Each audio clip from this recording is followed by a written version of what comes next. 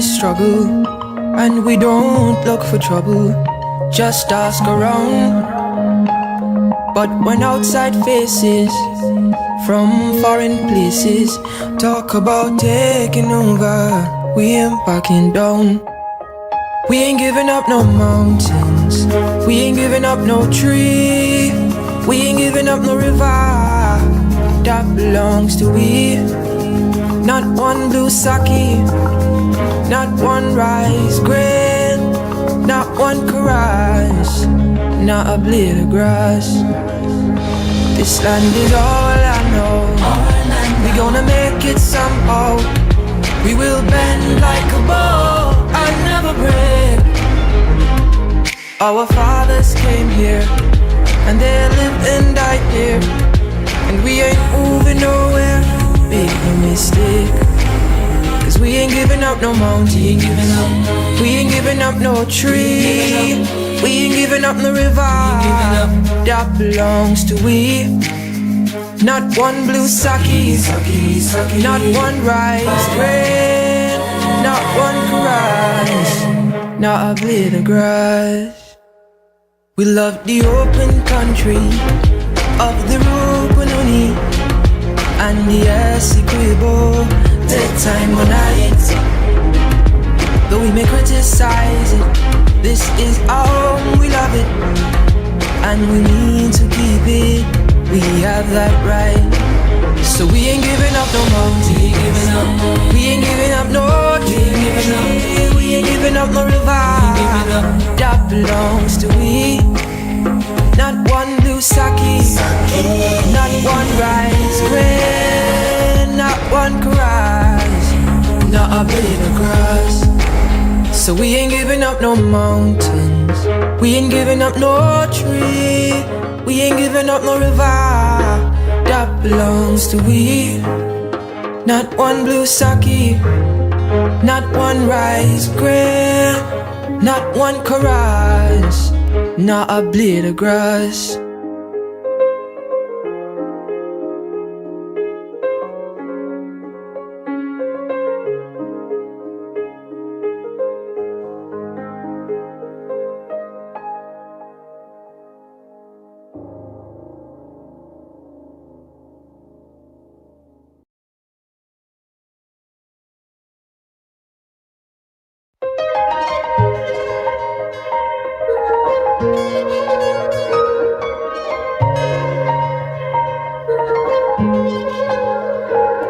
We are a peaceful people, struggle is we struggle, and we don't look for trouble, just ask around. But when outside faces from foreign places talk about taking over, we ain't backing down. We ain't giving up no mountains, we ain't giving up no tree, we ain't giving up no river that belongs to we. Not one blue sake, not one rice grain, not one caress, not a blade of grass. This land is all I know. We gonna make it somehow. We will bend like a bow and never break. Our fathers came here, and they lived and died here, and we ain't moving nowhere. Make no mistake, 'cause we ain't giving up no mountain, we ain't giving up no tree, we ain't giving up no river that belongs to we. Not one blue sake, not one rice grain, not one caress.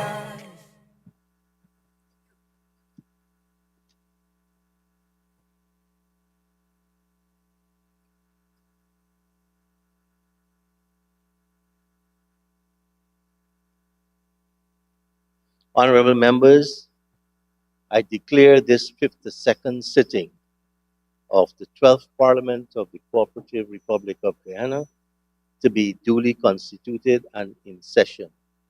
The clerk will lead us in prayers. Almighty God, we are here gathered together. We most humbly beseech thee to guide us in all our consultations, so that we may together build a land where knowledge is free, Where the mind is without fear, the head is held high, and where words come from the depth of truth. Grant us, O God, thy need and guidance, so that we may deal justly with the several causes that come before us. Laying aside all private interests, prejudices, and personal preferences, so that the result of our counsels may be to the glory of thy blessed name, the maintenance of true religion, the preservation of justice, the safety, honor, and happiness of the President, and the peace and prosperity of Guyana.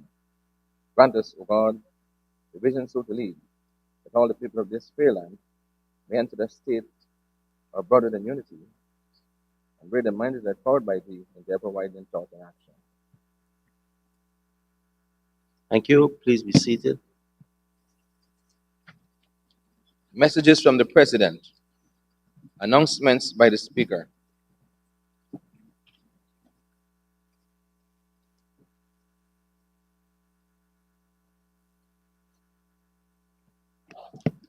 Honorable members,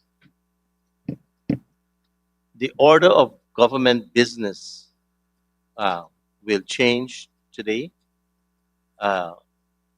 Bill number 24 will be taken before bill number 23, 24 being the ROPA and 23 being the amendment to the National Registration Act. Mr. Clerk.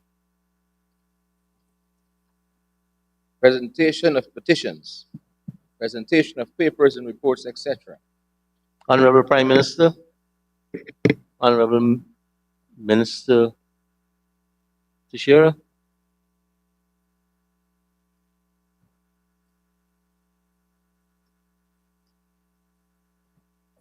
Thank you, Mr. Speaker. I wish to hereby present on behalf of the Prime Minister the annual report of the Public Utilities Commission for the year 2021.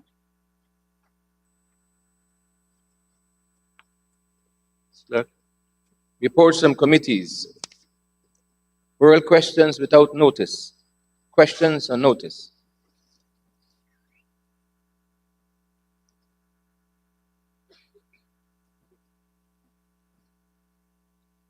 Sherlock, you can continue. Statements by ministers, including policy statements, personal explanations, requests for leave to move the adjournment of the National Assembly on definite matters of urgent public importance, motions relating to the business or sittings of the National Assembly and moved by a minister. Introduction of bills. Honorable Minister of Housing and Water, the Honorable Colin Crowell. Mr. Speaker, I present to the Assembly Planning and Development Single Window System Bill, Bill number 26 of 2022, a bill intituled An Act to Provide for the Establishment of the Planning and Development Single Window System, to provide for the management and implementation of the Planning and Development Single Window System, to provide for the establishment of the Planning Oversight Committee, to define the function of the Planning Oversight Committee, to centralize functions pertaining to land use, planning, and development, and for matters connected thereto.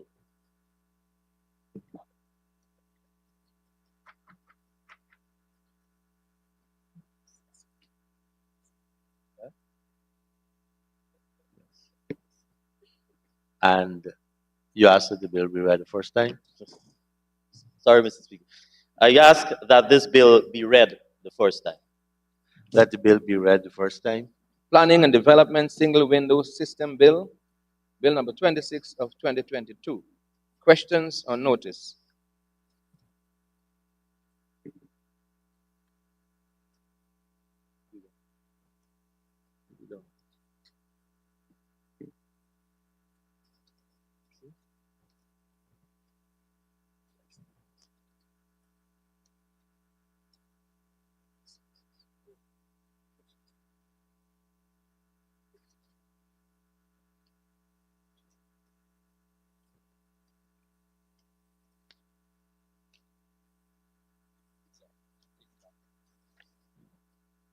Honorable members, we are back at questions on notice for oral replies. My apologies. We have the honorable member, Mr. Jermaine Figueroa.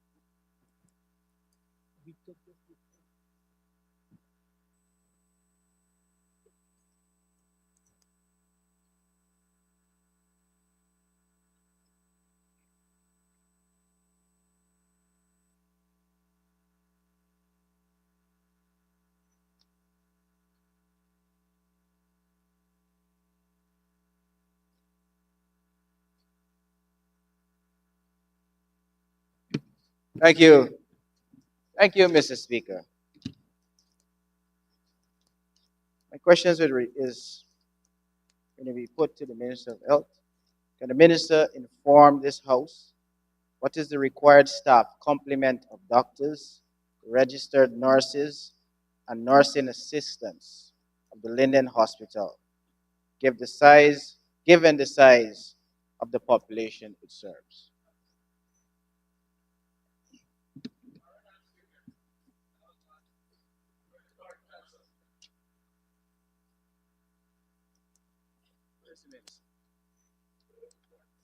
Honorable members, let's just give the Honorable Minister of Health an opportunity to get settled. Thank you, Minister. Sorry, Mr. Chair. Honorable Member, Mr. Figueroa, you may I- want to ask the question again, please. Yes. Let the Minister catch his breath.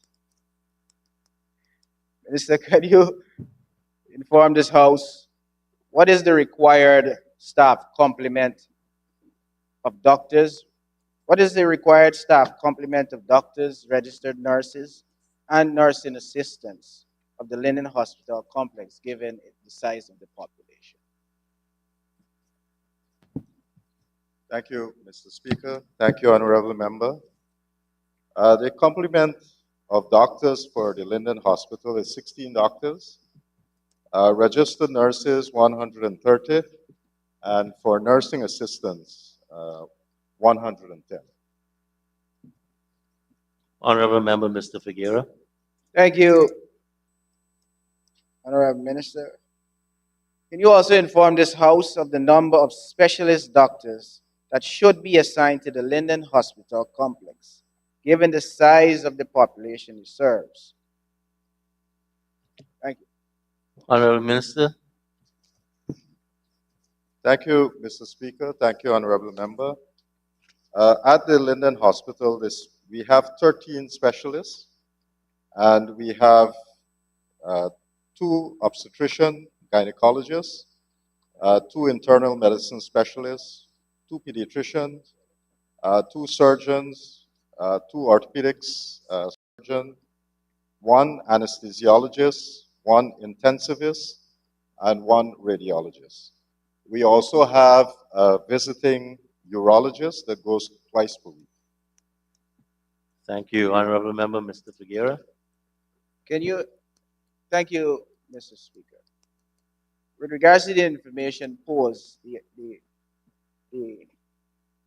supporting questions were somewhat answered, but can the Minister assure this House with regards to the information that he has provided, and I know your staff would have probably furnished you this, are you confident that those information is actually reflective on the ground of the Mackenzie Hospital? Because from my information, what you have provided is not the reality on the ground, sir. Honorable Minister. Well, thank you very much, Mr. Speaker. Thank you very much, Honorable Member. These specialists are the ones that we have on the ground. I must say that we have a number of Cuban specialists and Chinese specialists. The Cubans come on the brigade, and the Chinese specialists who are also on the Chinese brigade. And so they make up the bulk of the persons that we have as specialists at the hospital. So I am very certain that they would be at the hospital operating because we have assigned them there. Thank you, Minister.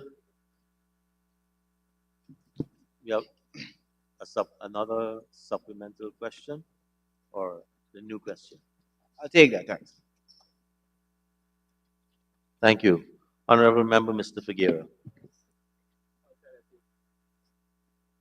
No, I said I don't have any more, thanks. There is a second question in the name of the Honorable Member, Mr. Figueroa. Specialist doctors assigned to the Linden Hospital. Yeah, that one was answered, sir. So, and then we have the third one, equipment Yes. for the Linden Hospital. Honorable Member, Mr. Figueroa.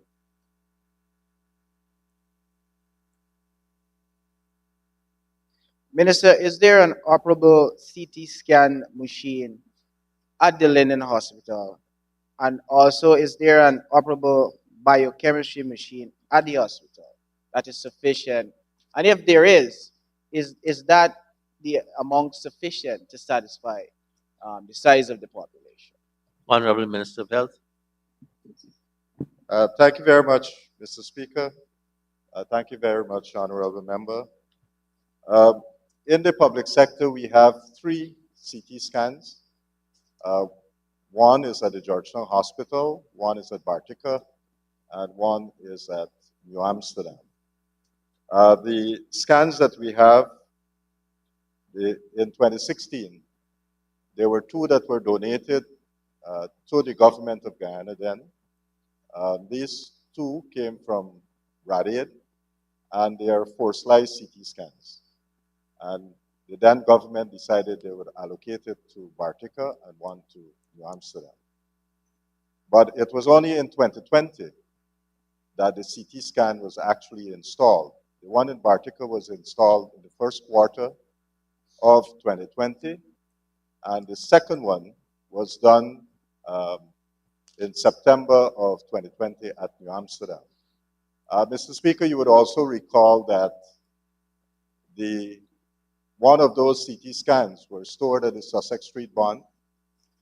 They cost approximately $30,000 to $60,000 US per scan machine.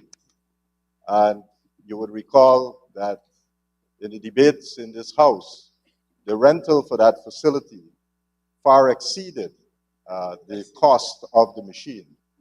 And we were paying, I think if I remember correctly, an annual sum of $12 million per month. We probably would have been able to get quite a number of machines so that we could have distributed them to the other hospitals. At the Georgetown Hospital in 2018, a CT scan was purchased and was subsequently installed. That one right now we're going through some investigation with that. While it's a 64-slice CT scan, we're not sure whether it was a refurbished machine.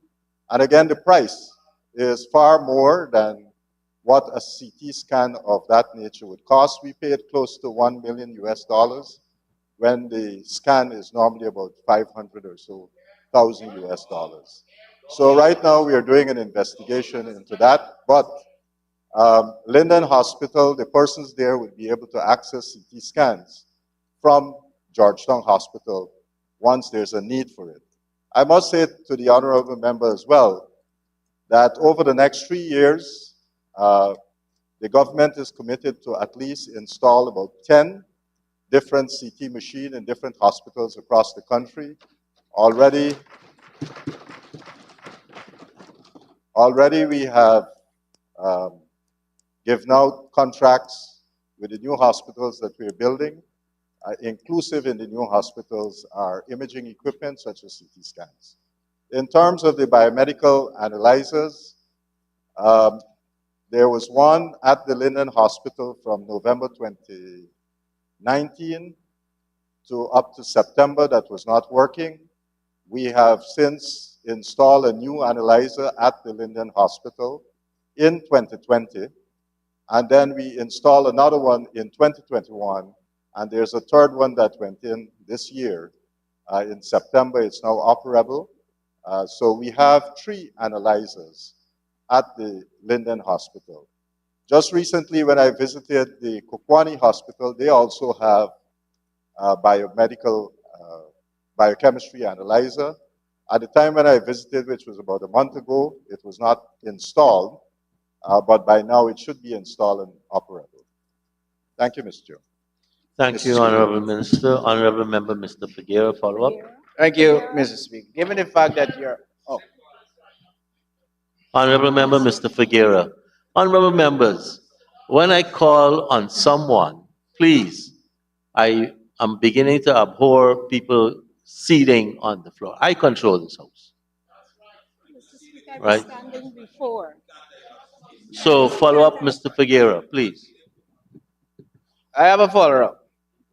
With regards to the fact that your response was no, that there's no CT scan at the hospital, would you have you in your budgetary planning for the 2023 budget, has there been a budget request for the provision of a CT scan for the Linden Hospital, given the importance of this needed service to such a large population?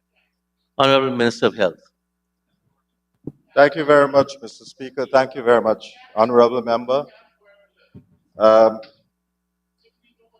Right now, if any person who needs a CT scan in Linden, they can get that scan at the Georgetown Hospital, free of cost.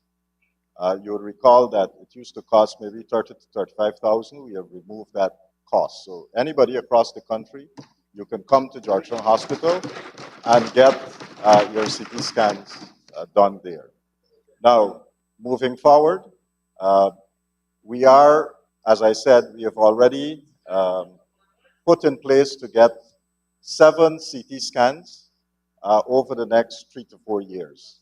And next year, we have plans in place to probably get maybe another 4 or 5 CT scans, which we'll pay for and then subsequently install.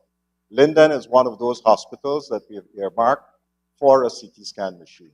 So you are going to get it. I can't stand here right now and tell you that tomorrow it's going to be operational, but Linden is scheduled for a CT scan. Thank you. Honorable Member, Mr. Figueroa, follow up. Yes, thank you, Mr. Speaker. Mr. Speaker, Mr. Minister, you are the head of your ministry. You played a pivotal role in the planning of your budget. And the question, I believe, was very simple. With regards to your 2023 budget, is there going to be a budget, or is there going to be provisions for a CT scan in your effort as the minister to decentralize important medical services across the country? Because traveling to Georgetown is a challenge for a lot of people, especially with the additional increase of cost of living. Thank you. Honorable Minister of Health. Thank you very much, Mr. Speaker. Thank you very much, Honorable Member. As I said, we have already planned for the installation of a number of CT scans, and Linden Hospital is one of those hospitals that have been earmarked for a CT scan. Thank you very much, Minister. I recognize the Honorable Member, Ms. Valda Lawrence. Thank you, Mr. Speaker. Mr. Speaker, let me begin by saying to you that I have never disrespected the speakers in this House. I put my mic on and I stood. It was not in disrespect of you, sir. Honorable Member, I was speaking to the issue of people giving another member the floor. Okay, thank you. Not saying at anyone. And Thank you, that is sir. what, that is the principle which I was criticizing. Thank you very much. Go ahead, Honorable sir. Member. Thank you. Mr. Speaker, during the years for which the Honorable Minister, Dr. Frank Anthony, responded to the question with regards to the 2 CT scans for Bartica and New Amsterdam, I would like to place on record that it was not 2020. Those machines were installed in 2019, and then training began in 2020. Thank you. Honorable Minister of Health, I'll give you an opportunity to respond to that clarification, which wasn't the question. Go ahead. Uh, Thank you very much, Mr. Speaker. Uh, the records would show that the CT scan for Bartica, while it was procured or donated from RADAID, came into the country, was stored at Sussex Street in the bond for a number of years, and then it was taken to Bartica. I actually had a conversation with the regional health officer, who was also the regional health officer at the time, and he said very clearly to me that this CT scan was installed in the first quarter of 2020 at Bartica. And the one for New Amsterdam, I was involved in the installation of that one because we actually commissioned that one in September of 2020. So I am very clear with the dates. I'm very, very clear with the dates. Thank you very much, Mr. Speaker. Thank you very much, Honorable Minister. Honorable members, that exhausts our questions, and we will now return to Public business, government's business.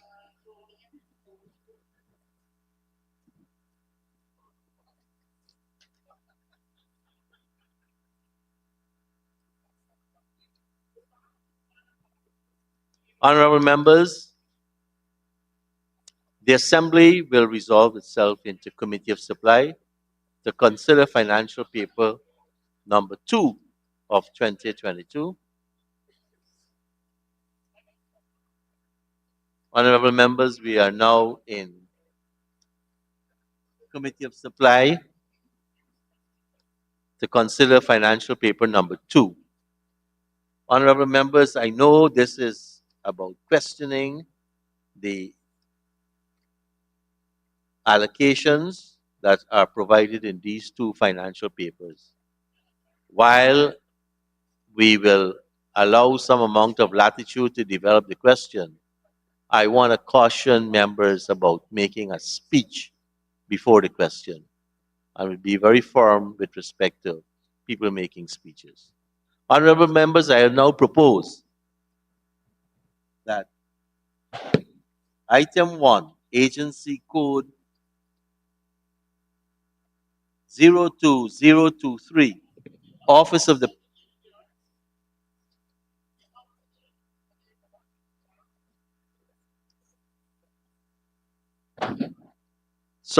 Honorable Minister of Finance.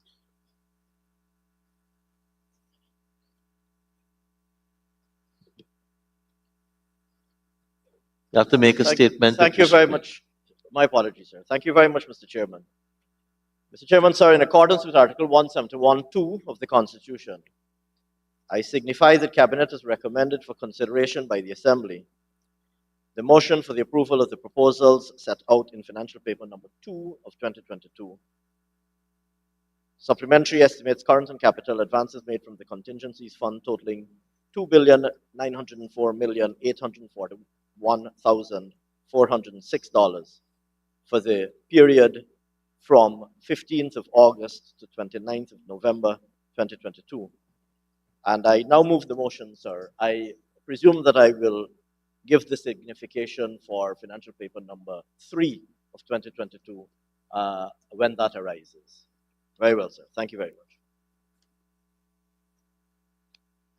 Thank you, Honorable Minister. Honorable members, the motion is proposed. We will now consider the paper as usual. The items will be taken from both current and capital estimates in order for which the minister is responsible. So I now propose the question at item 1, agency code 02023, Office of the Prime Minister, chart of account 6321, subsidies and contributions to local organizations. And I propose a question that the sum stated stands part of the estimates. The honorable member, Ms. Lawrence. Thank you, Mr. Chair. Mr. Chair, to the Honorable Prime Minister, the contingency fund advance of $1.7 billion is almost 50% of the voted provision, Mr. Prime Minister.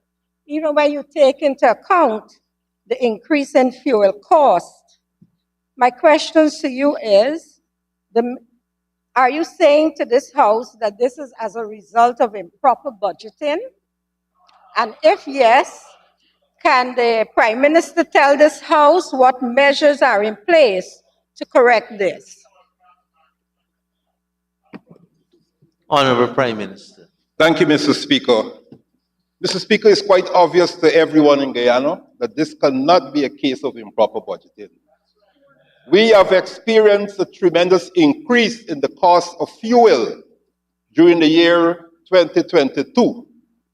As a caring government, Mr. Speaker, we've decided that notwithstanding the increased cost in fuel, government will absorb that cost and not pass it on to the people of Guyana. And Mr. Speaker, that is the only reason why we requested this money to keep the lights on in Linden, Region 10. Linden, Region 10. Thank you, Mr. Speaker. Thank you, Honorable Prime Minister. Mr. Speaker. Honorable Leader of the Opposition. Mr. Speaker, first of all, before I commence, I want to draw your attention to 40 of the standing orders. There are some people in this House, Mr. Speaker, who behave as though they are part of a menagerie. This is a parliament. And I therefore ask you to uphold 40 on interruption, or else I will consider it to be a menagerie rather than a parliament. Mr. Speaker, I want to ask Honorable Prime Minister, Mr. Speaker, I've just... Go ahead, Honorable Leader of the Opposition. Mr. Speaker, I've just invoked 40. I might need your ruling because we're still seeing the same behavior as if it's a menagerie rather than a parliament. You're standing on now on a point of order? Yes, Mr. Speaker. And restate that point of order for me, please. 40 says, yes, subject to these standing orders, no member shall interrupt another member except by rising on a point of order when the member speaking shall resume his or seat, and the member interrupting shall simply direct attention to the point of order he or she desires to bring to notice and submit it to the Speaker. So this is clear. And to me, Mr. Speaker, if we continue with this kind of behavior, we become a menagerie rather than a parliament. No one has objection to sensible and skillful heckling. But listen to that. Unless he doesn't understand, Mr. Speaker, that a menagerie is a collection of wild animals. Honorable Leader of the Opposition, my understanding of being a long-standing member of this parliament, an interruption is when people will stand and interrupt. There are always a lot of noise, and when it becomes unbearable, I stepped in. In this case, I cannot see your rising on that standing order as a relevant. Question to the Honorable Prime Minister. Go ahead, Honorable Could the Leader of Prime the Minister Opposition. tell us, as a result of what many are saying, the Ukraine war, what is the actual increase in cost and that resulted in this kind of demand? Thank you, Honorable Prime Minister. Mr. Speaker, the honorable member, I'm quite certain, fully aware of the arrangements for the provision of electricity to the households in Linden. The electricity is generated by both sides. We have a contract with BOSAI, LECI has a contract with BOSAI. This reflects the additional money that is requested by BOSAI to cover the period where they would have provided electricity and we would have suffered an increase in the cost of fuel. So this is based on an invoice submitted by BOSAI. And we've requested the money to pay to keep the lights on in Linden. This is the increase. So it's from the consolidated fund, checks were written and paid to BOSAI. Thank you, Honorable Prime Minister. Follow up, Honorable Leader of the Opposition. Mr. Speaker, we are both from Linden, and I agree that there should be subsidies to Linden. In fact, we fought for it and lost lives. But Mr. Speaker, I'm asking a simple question. Could the honorable member tell us what is the increased cost of fuel that caused this exorbitant amount? Or is he saying that BOSAI just give him a bill and he's paying? That is his question, simple. Honorable Prime Minister. Mr. Speaker, there have been various increases over the period of time. As fuel went up on the world market, the supplier basically included that cost and passed it on to us. So there have been several increases, and this request was made to cover all the increases. The overriding factor here, Mr. Speaker, was to ensure that the people in Linden and its environment have electricity. I don't think I'm against it. Mr. Speaker. Thank you, Honorable Prime Minister. Honorable Leader of the Opposition. Mr. Speaker, I'm not against it either. But all would agree that these things have figures. And I'm asking you to give us the figures vis-a-vis this cost. If it increased by so much in March, by so much in November, how did you arrive at it? What figures did both sides give to you in terms of the increase? That is the kind of information I'm seeking. I want it to be made very clear that we support it in Linden, but we need to know the cost. Thank you, Honorable Leader of the Opposition. Mr. Sorry, Speaker, Honorable Prime Minister. I think we're just belaboring a point, which is basically a non-issue here. All the increases in fuel prices was available to the public. It's in the media there. What we are doing is reacting to the increases and ensure that the people in Linden have the lights on. So the honorable member, I would say to the honorable member, the information is available in the wider public. Thank you. Mr. Speaker. Honorable Leader. Mr. Speaker, I feel that it is not my duty to present information that is available in the public. Mr. Speaker, Honorable Leader of the Opposition. Mr. Speaker, as Leader of the Opposition, I have not seen it in the public, and I believe it is incumbent. I believe it is incumbent on the Prime Minister, unless he wants to manifest incompetence, to tell this House how they arrived at the figure.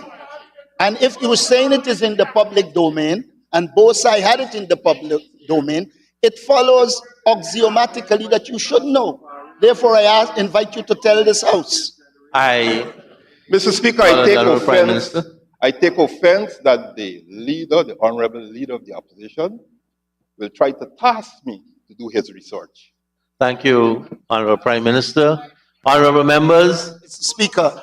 Honorable Leader of the Opposition. Mr. Speaker, this House,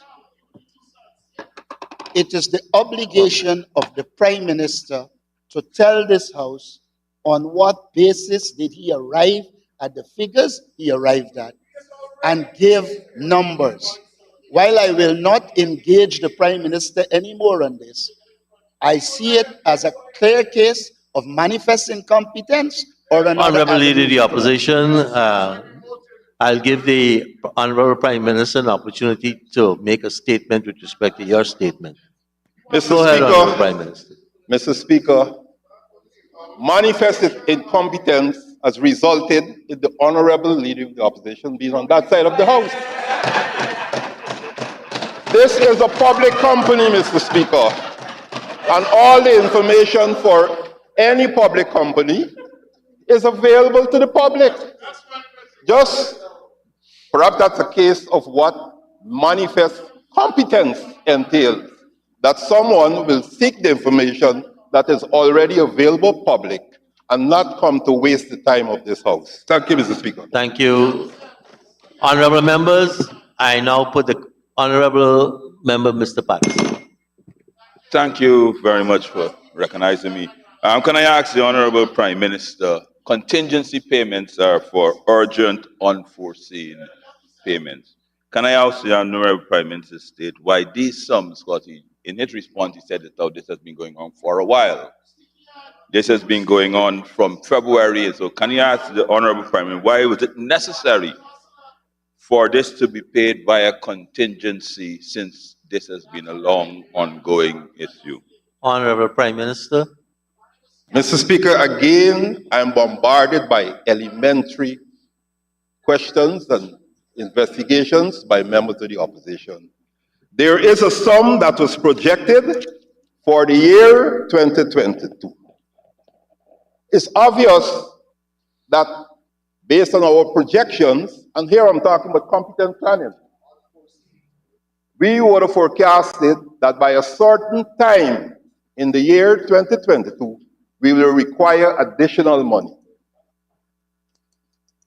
All the staff work, all the checks, all the analyses were done, and we'd asked both sides to submit their invoices, and we went to the consolidated fund. I don't have to explain the procedure for getting money from the consolidated fund, and we got the money in time to keep the lights on in Linden. It's matter of concern for that community, Mr. Speaker. And I think that is the essence of my involvement as the minister responsible for energy, to ensure that the money becomes available so that the lights can be kept on in Linden. And not have a situation where both sides cannot supply electricity and then we run in to get money, or asking both sides to continue providing electricity while we try to get the money. And therefore the people of Linden suffer for a period of time without electricity until we could remedy the situation. What we have done is we took all the necessary steps to remedy the situation before we reach the point of having to cut off the lights, because there's no money available. The $2.9 million run out, and therefore, the $3.9 million run out, and therefore there's no money. And then after, we go and request money to pay both sides. In the meantime, the people from Linden suffering. Come on. 3.9, I corrected myself. Thank you very much, Honorable Prime Minister. Honorable Member, Mr. Patterson. Thank you very much, Mr. Chairman. That's what you call waffling. However, sir, can I ask the Honorable Prime Minister,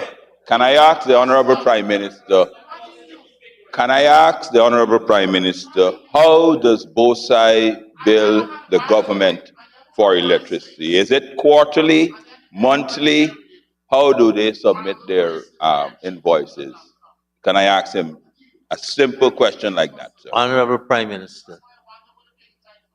Mr. Speaker, on a monthly basis, the money is transferred to both sides based on the submission of the invoices. Thank you very much, Honorable Prime Minister. Honorable Member, Mr. Patterson. Sir, my apologies. Your staff just somewhat interrupted me. It's a message from you, sir. Yes, sir, can I ask the Honorable Prime Minister? Can I ask the Honorable Prime Minister, sir? It's okay, Mr. Chairman. Can I ask the Honorable Prime Minister, what is the total output? What's the total output, generating output that this 5.22 billion, which is already paid for, is in totality, sir? And I have a follow-up question when he answers that. Honorable Prime Minister. Sir, he's coming for money, so he must know what he's paying for. Mr. Speaker, I must admit that I don't have the information for the total output. I could lay that information over. However, the preoccupation would have been to ensure that we have the money to keep the power on in Linden. Thank you very much, Honorable Prime Minister. Honorable members, I now put a question that the sum stated for agency codes 02023, Office of the Prime Minister, Power Generation, that the sum stated now stands part of the estimates. Those in favor say aye. Those against say no. Ayes have it.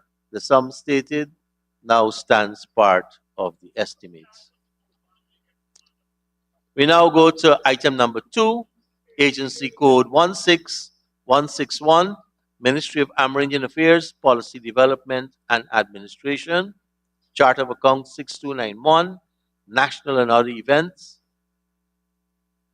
And I propose the question that the sum stated stands part of the estimates. The Honorable Member, Ms. Valda Lawrence.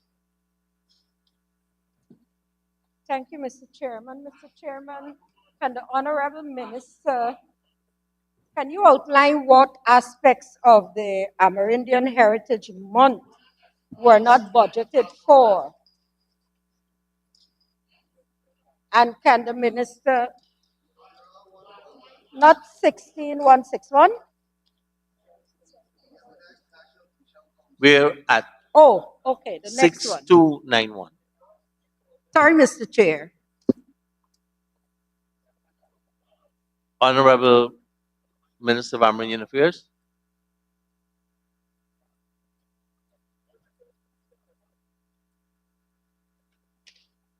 The first one. Mr. Chair, no, I'm going to the next one, sorry. Okay. Honorable members, I now put the question that the sum stated for Agency Code 16-161, Ministry of Amerindian Affairs, Policy Development and Administration, that the sum stated now stands part of the estimates. Those in favor say aye. Those against say no. Ayes have it. The sum stated now stands part of the estimates. Same item number, Agency Code 16-162, Ministry of Amerindian Affairs, Community Development and Empowerment, Chart of Accounts 6291, National and Other Events, and the sum stated there stands, I propose the sum stated there stands part of the estimates. The Honorable Member, Ms. Valda Lawrence. Thank you, Mr. Chairman. Mr. Chairman, can the Honorable Minister outline what aspects of the Amerindian Heritage Month program was not budgeted for? And also, can the Minister provide a detailed breakdown of the expenditure of this additional amount, since it represents over 133% of the voted provision? Thank you, Mr. Chair. Thank you, Honorable Minister of Amerindian Affairs, the Honorable Pauline Sukai. Thank you and good morning, Mr. Speaker. Mr. Speaker, first of all, let me remind this House that Guyana was experiencing the COVID pandemic, and therefore our country at a time when we did the budgeting was not open. Subsequently, in close to mid-year, our country was declared open, and therefore many of the things that were budgeted for, we had some shortfall. For example, for the NTC, we had budgeted cluster meetings in the region so as not to bring leaders out to the coast. After the country was declared open, what happened is that we made a decision to have a full-fledged NTC, and thereby the shortfall was, as the voted provision seeking approval of $48,851,000. The items or the activities that this sum related to, it related to the Amerindian religious ceremony, Amerindian Heritage Cultural Nights, the art exhibition, the Amerindian Fitness Walk, Stephen Campbell's commemoration, Amerindian Heritage Sports, Heritage Dinner, contribution to the villages, food and art and craft support, heritage pageant, public relations, rehabilitation of work at the Amerindian village, and the Amerindian Heritage Fest.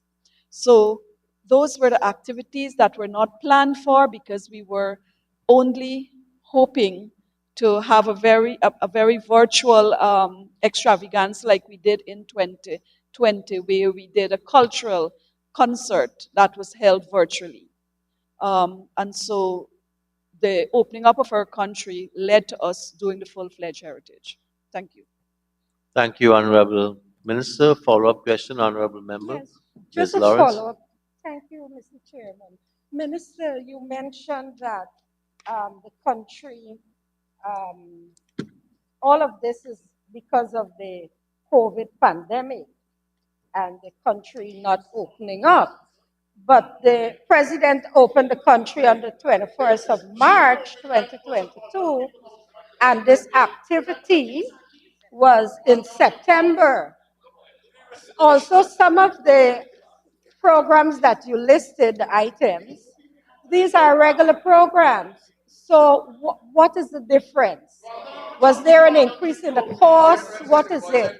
Mr. Speaker, Mr. Chairman, could you please tell the Honorable Member McCoy that this is big Honorable girls Member and big Ms. boys Lawrence, business? I'm hearing plenty people making noise. So if you hear one person, I'm hearing a lot of them. That's why I hit the gavel. Please Thank you. continue with your question. Yes, Madam Minister, could you kindly indicate what specific aspect would have been different from what you planned for? Because the country was opened in March. This was in September. And you know what? Let me just remind you that this amount is being taken from the contingencies fund. So it was unforeseen. It is something that you couldn't avoid. Why was it not taken from the consolidated fund? Why is it being taken from the contingency fund? Honorable Minister of Amerindian Affairs. Mr. Speaker, the national budget was passed in this House in February of 2022 when they all did not care to participate. And so we were planning with COVID-19 and the closure of our country. What I've said, the difference is that in 2020, we held a virtual cultural extravaganza. We did not have the face-to-face numerous activities that I detail here. So significantly, all that I have listed here has to do with the activities of a full-fledged heritage celebration. Thank you very much, Honorable Member. Ms. Lawrence. Mr. Chairman, may I posit this to the Minister responsible for finance in the Ministry of the Presidency? Sir, this is a clear abuse of the contingencies fund because it does not meet the requirement. Honorable Member Ms. Lawrence, you asked me to direct that question to the Honorable Minister of Finance as an abuse of the contingency fund. You can see the lecture, right? So I'll give the Honorable Minister of Finance an opportunity to answer if this is an abuse of the contingency fund. No, but may I say, sir, because I don't think you heard the last part, to the Honorable Minister, The budget was passed, yes, in March, but this activity was in September. Why haven't we not gone to the consolidated fund? Why are we taking it from the contingencies fund? Honorable Minister of Finance. Mr. Speaker, I would have liked to have thought that the answer already provided by my distinguished colleague, the Minister of Amerindian Affairs, was abundant and fulsome in its clarity. We were and are living in uncertain times.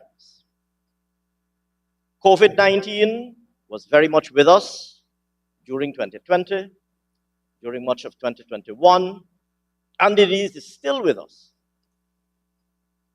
In 2021, when an effort was made to convene the National Tushaus Conference, we formulate, and I'm addressing both items. I know that one relates to heritage and one relates to the NTC. Anybody who has been following developments in the hinterland and in our Amerindian communities would be well aware that efforts were made last year to convene the NTC using a new format. If I recall correctly, because of the reality of COVID-19, regional and sub-regional events were arranged, I believe in at least 3 clusters in the hinterland. And in fact, arrangements were made, and in many cases, Tushaus assembled in the designated areas. And because of incidents of COVID that emerged in situ,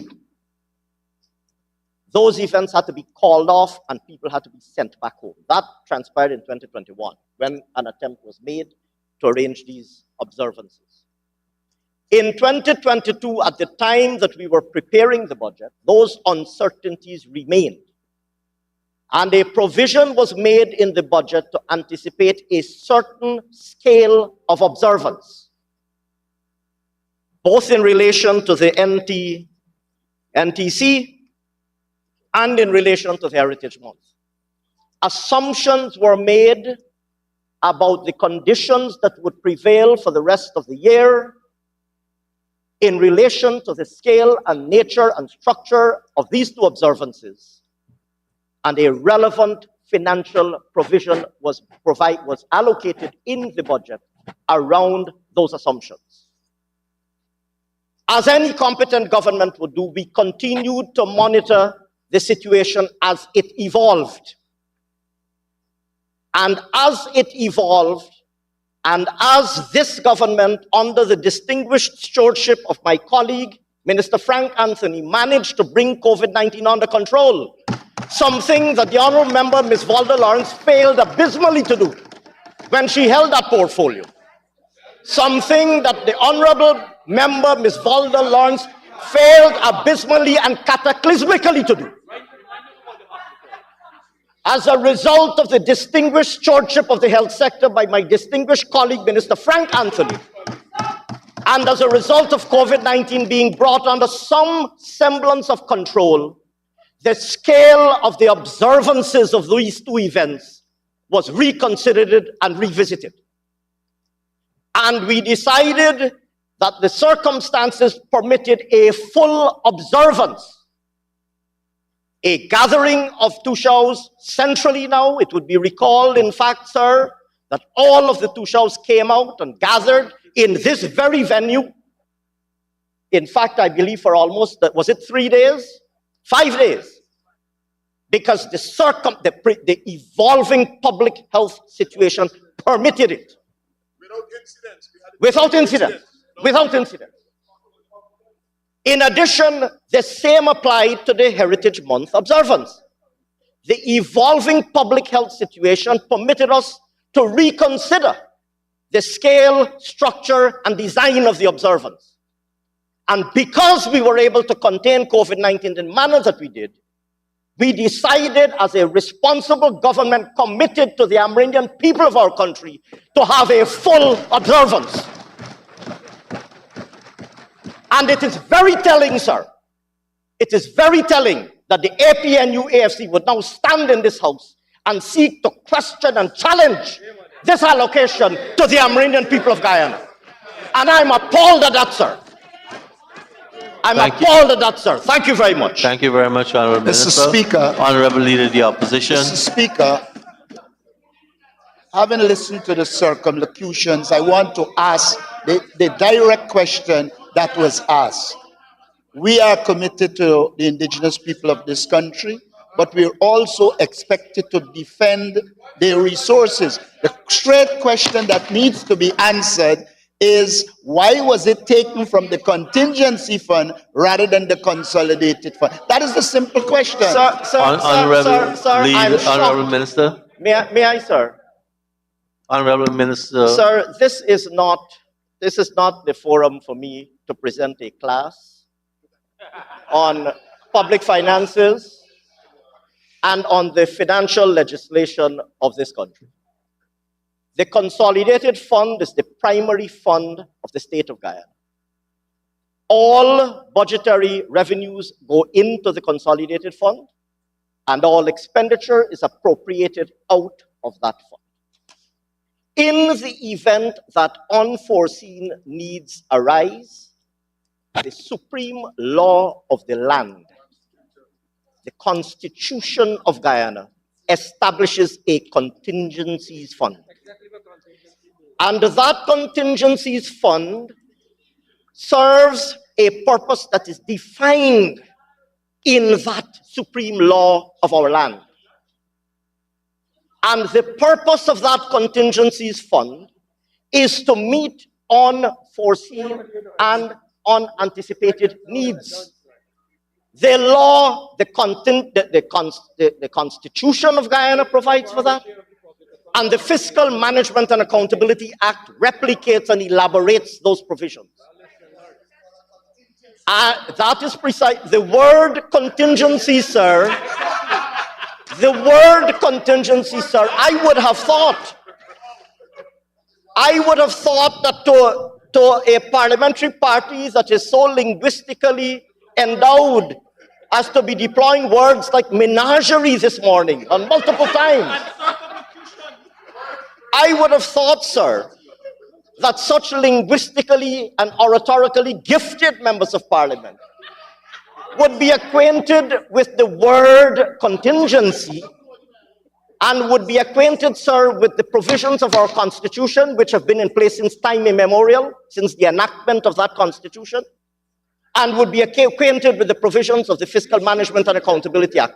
The purposes of the contingencies fund are defined in the law. And where a need arises that was not provided for in the budget, and it is established to be urgent and unforeseen, it is met from the contingencies fund. And I will say further, sir, that as a former chairperson of the Public Accounts Committee, and I believe honorable member, are you now again a member of the PAC? She's not. I don't recall. Sir, as a former chairperson of the Public Accounts Committee and one who held that office for many years, I know, sir, that the honorable member is well aware of this. So what we're witnessing today is nothing short of political grandstanding for the purposes of objecting to an allocation to our Amerindian people. That is all we're witnessing here today. Thank you, Honorable Minister of Finance. Honorable Leader of the Opposition. Mr. Speaker, I listened to the minister with the long name, and one of the things he left out, he keep mentioning unforeseen, but the law says unforeseen and urgent. Now, Mr. Speaker, if in March COVID went, you had between March and September, how come then, yes, we admit it's unforeseen, but it could not have been urgent if you have until September to apply to the consolidated fund. The reason it was done is because for the consolidated fund, you have to get parliamentary approval, and they want it to be arbitrary and dictatorial as they normally are. Honorable Leader of the Opposition, May I, sir?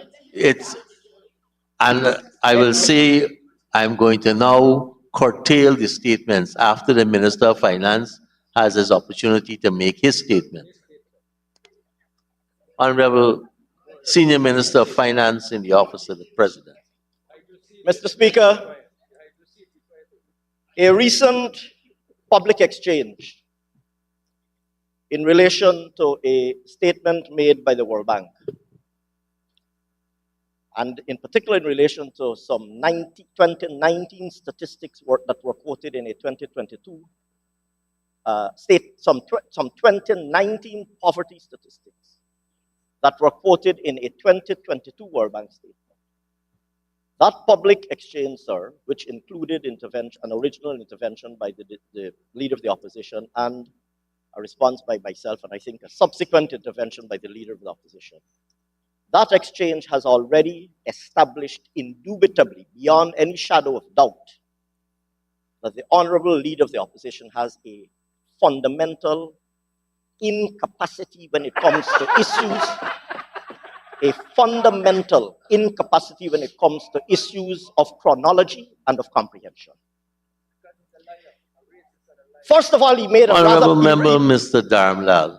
First of all... I don't want to have to circulate the words which we don't use in the Parliament. Go ahead, Honorable. First of all, sir, the Honorable Leader of the Opposition continues to be removed from reality. He made a statement just now that COVID ended in March 2022, so we should have known. Sir, I have news for you. COVID hasn't ended yet. I have news for you, sir. COVID hasn't ended yet. And every day, the public health situation is evolving. On a point of order. This is not... Honorable Leader of the Opposition, could you state that point of order? I'm good. Okay. Honorable Minister of Finance. I will repeat, sir. I will repeat. The Honorable Leader of the Opposition said... I can't hear the Minister. The Honorable Leader of the Opposition astonishingly said that COVID ended in March 2022, so we should have known. Since March 2022, why did we wait until September? We should have known in March because COVID ended in March. Well, first of all, sir, COVID-19 did not end in March. And it has not yet ended. And we have continued day to day to monitor the evolving public health situation. As a matter of fact, we were in no position in March or in February or indeed April to know what the public health situation would have been in September, and therefore to know what scale and format of observance could have been deployed and implemented for the purposes of Amerindian Heritage Month and the NTC. We were in no position. We could make assumptions, we could make projections, but we were in no position. I don't know if the Leader of the Opposition has some kind of a crystal ball. I don't know if the Leader of the Opposition has some kind of a crystal ball that he can look into in March. I don't know if he has a crystal ball that he can look into in March. I hear my colleagues are saying that apparently he has two crystal balls. I don't know if he has one or two or more crystal balls that he can sit and look into in March and know what will be happening in September, especially when it comes to such a serious matter as a global pandemic. We were in no position in March to predict with certainty what the situation would be in September. Sir, as a matter of fact, I recall cabinet discussions until August. July, August. I recall my colleague, Minister Pauline Sukai, coming to the cabinet and cabinet discussions and briefings by Minister Frank Anthony on what the current situation would be day by day, week by week, so that we would make the best decision and ensure that nobody was exposed to risk, to ensure that we had the most fulsome observance, but at the same time ensure that we did not jeopardize anybody's health. And that decision, sir, that discussion, sir, continued until the very day before these two observances were launched. Thank you very much, sir. Thank you very much, Honorable Minister, Honorable Leader of the Opposition. Mr.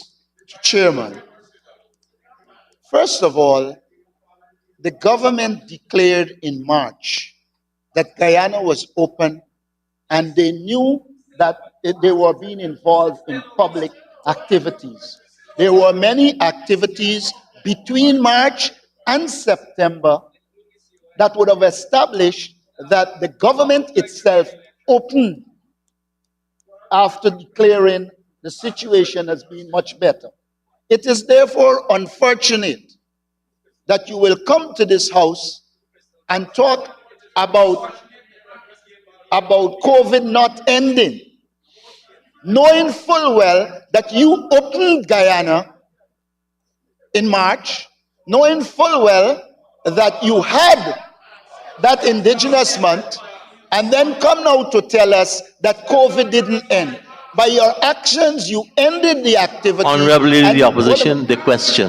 The question is it not true that there were other public activities after March, just like Heritage Month, and therefore it could not have been urgent because you knew you had opened for public gatherings? Honorable Senior Minister in the Office of the President with responsibility for finance. Very well, sir. Mr. Speaker, I have said what I have to say on this matter.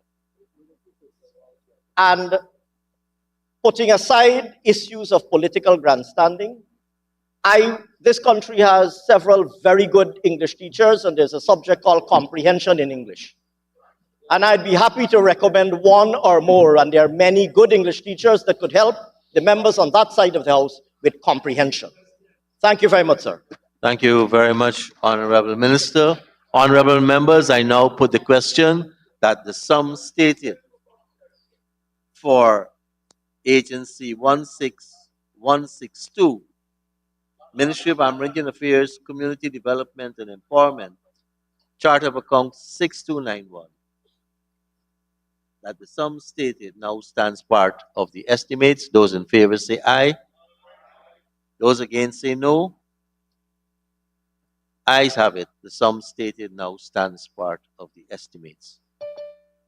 Honorable members, let's go down to item 3. And we are now moving to the capital part of this financial paper. Agency code 21-212, Ministry of Agriculture, Agricultural Development and Support Services, Chart of Account 130-1600. And I propose the question that the sum stated there stands part of the estimates. The Honorable Member, Mr. Kemraj Ranjatan. Thank you very much, Mr. Chairman. In relation to this contingency sum of 740, could the Honorable Minister state more specifically where these drainage channels, access bridges, and revetments are going to be built or rehabilitated? Honorable Minister of Agriculture. Thank you, Mr. Chairman. Mr. Chairman, if I can disaggregate the amount per region, and then I can also help the honorable member to disaggregate the figure by the amount that he wants. So in Region 3, 260 million will be expended, and I will give you the breakdown. Region 4, 115 million. Region 5, 153 million. Region 6, 121 million. Region 7, 89 million. Give you 740. And Mr. Speaker, these works are very important because you know for a fact that we have seen an influx in the agriculture sector by people who would have called it a day in 2015 and 2020. We are seeing more and more people coming on now. They want to get into agriculture. We are seeing our agriculture sector thriving. As a matter of fact, almost every single month, we are seeing containers of produce going to the Eastern Caribbean, where farmers in Guyana now are exporting their produce.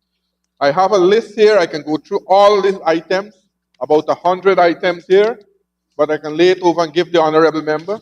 And you have places, rehabilitation of canals, sluice doors, because many of the sluice doors did not repair it during that period. Now we are looking at those doors that are very vulnerable. Only recently, we have had the Cowan Street sluice door where we had to replace it. There, we had to replace the Providence one, we had to replace the Sussex Street one. So a number of these doors have become vulnerable because of the repairs were not done during the time that they were supposed to be repaired. So we are doing all those works, and now we are having more people coming into the agriculture sector. Honorable I want to Member, thank Mr. the Minister Ramjitan. for laying over where these works will be done. Now, since it was capital works done, I would like to know if these works were all done by NDIA or NDIA subcontracted to certain contractors to get these sluices and revetments and bridges done. Honorable Minister of Agriculture.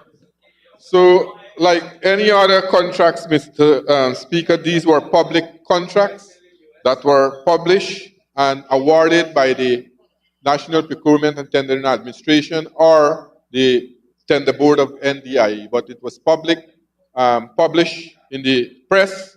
It was bid by contractors around the country, and the most suitable and responsive bidder were awarded the contract.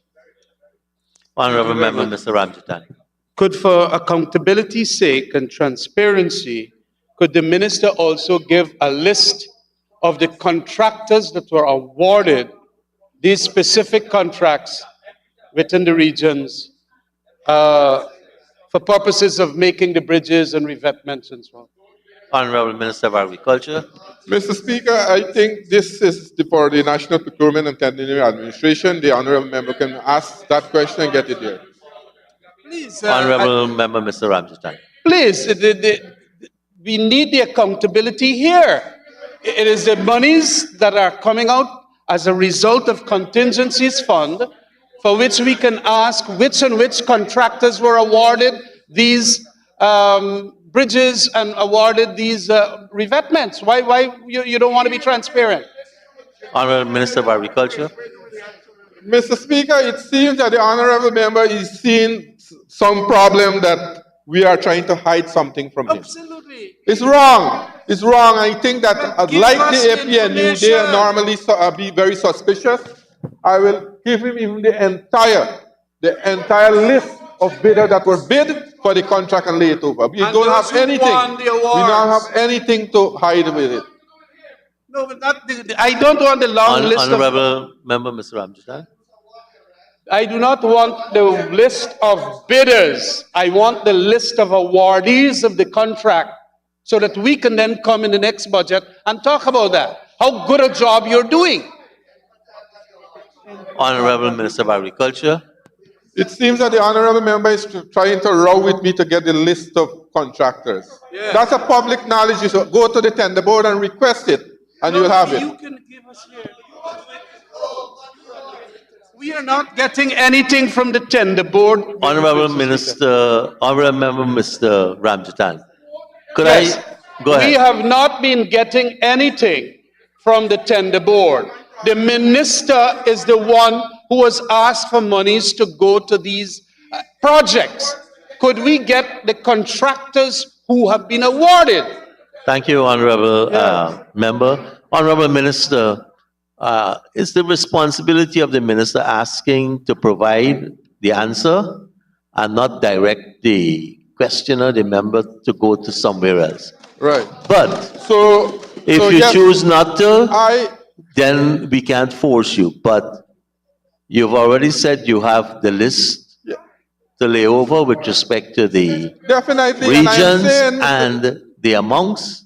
And now he's asking if you would lay over the list. Right, and I said I will lay over winners. all the bidders that have bid for these projects, so that the honorable member can have a copy of it. No problem.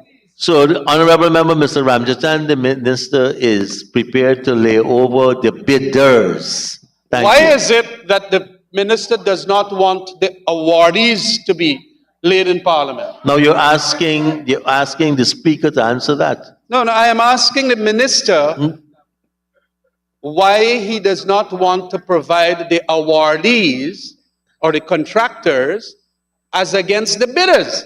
Because I wouldn't know who won the contract. Honorable Minister, are you able to provide the winning You bidders? see, Mr. Speaker, I think that as Member of Parliament, we have to be more proactive. The Honorable Member wants me to do his work. This is public knowledge. This has been published in the newspaper. We have had public signing of these contracts around the country. But anyway, I will help him. I will try to give him. He thinks we have something to hide, which is nothing. I will give him. Thank you very much, Honorable Minister. Honorable Member Mr. Figuera. Thank you, Mr. Speaker. Can the Honorable Minister say to this House what was Gaisuko's budgeted operating expense for 2022?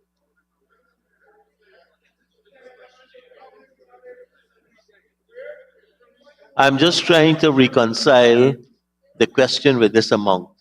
Is it a question saying, is Gaisuko catered for here, and what is the amount? Is that the question?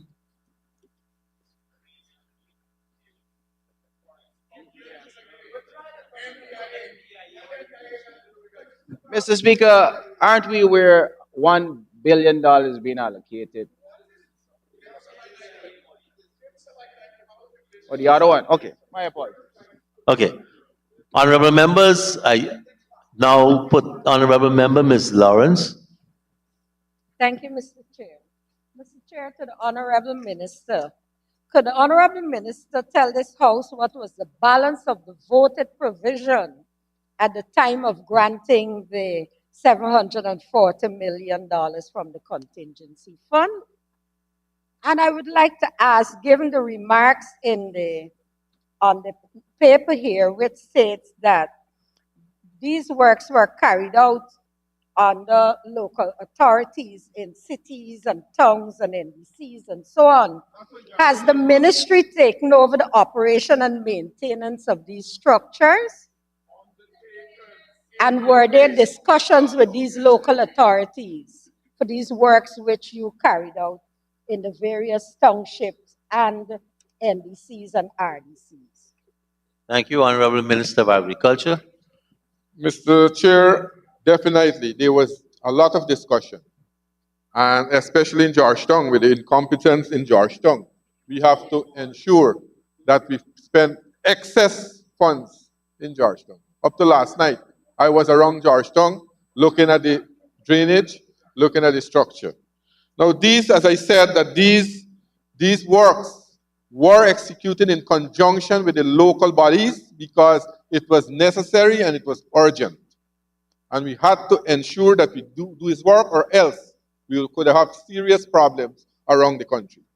And that was the reason, because of the representation that was made to the Ministry of Agriculture through the NDIA, we were able to execute these works. Thank you, Honorable Minister. Honorable Minister, Honorable Member Ms. Lawrence. Mr. Chair, just reminding the Minister of the first question was what was the balance of the voted provision when you sought to get this $740 million from the contingency? Honorable Minister of Agriculture. Mr. Chair, I will forward the amount, but the budgeted amount was $4.1 billion. These works, as I said, was not budgeted in the original budget. That is why we had to ensure that we do these works as emergency. And I will forward the among the balance to the Honorable Minister. Thank you, Honorable Minister. Honorable members, I now put a question that the sum stated for Agency Code 21-212, Ministry of Agriculture, Agricultural Development and Support Services, Chart of Account 130-1600, that the sum stated now stands part of the estimates. Those in favor say aye. Those against say no. Ayes have it. The sum stated now stands part of the estimates. We move to item 4, Agency Code 26-262, Ministry of Natural Resources, Natural Resource Management, Chart of Account 6284, Other. And I propose the question that the sum stated stands part of the estimates. Thank you, Mr. Speaker. Honorable member, proceed. Can the Honorable Minister state if the total sum in the 2022 budget, we had a 208 million, which was under the line item other. And then there's an additional money that was spent from August to November 29 of another 360 million. Was all this money spent on the resources? Honorable Minister of Natural Resources. Mr. Speaker, thank you, and Honorable Member, thank you for the question, but I don't think the question pertains directly to the allocation as being requested this morning. Nevertheless, Mr. Speaker, with your permission, I will seek to provide an answer. Mr. Speaker, the provision, the amount that is being requested here by the Ministry of Natural Resources is directly or will go directly for payments to the R3's infrastructure. It is what we term issuance fee, pertaining to the agreement that was signed a few days ago between the government of Guyana and Hess Corporation. And Mr. Speaker, this agreement, I think, should be supported by all Guyanese, should be supported by the opposition, or the opposition should support the government on such an agreement that was met between us and Hess Corporation for carbon credits. More importantly, Mr. Speaker, part of the sum, the minimum of $750 million US dollars, $187.5 million of that sum, minimum amount, is for legacy credit. Mr. Speaker, this is the first and only country in the world, and that is why I say we must be proud as Guyanese, and all of us should support it. First country in the world that will receive legacy credits. Mr. Speaker, what really is legacy credit? Legacy credit is us correcting the mistake that the AP and UAFC administration made. Is us doing what should have been done by the AP and UAFC administration between 2016 to 2020.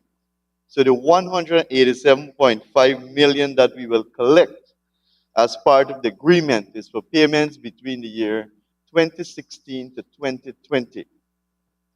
So, Mr. Speaker, the previous administration had what we call the Green State Strategy, I believe it was.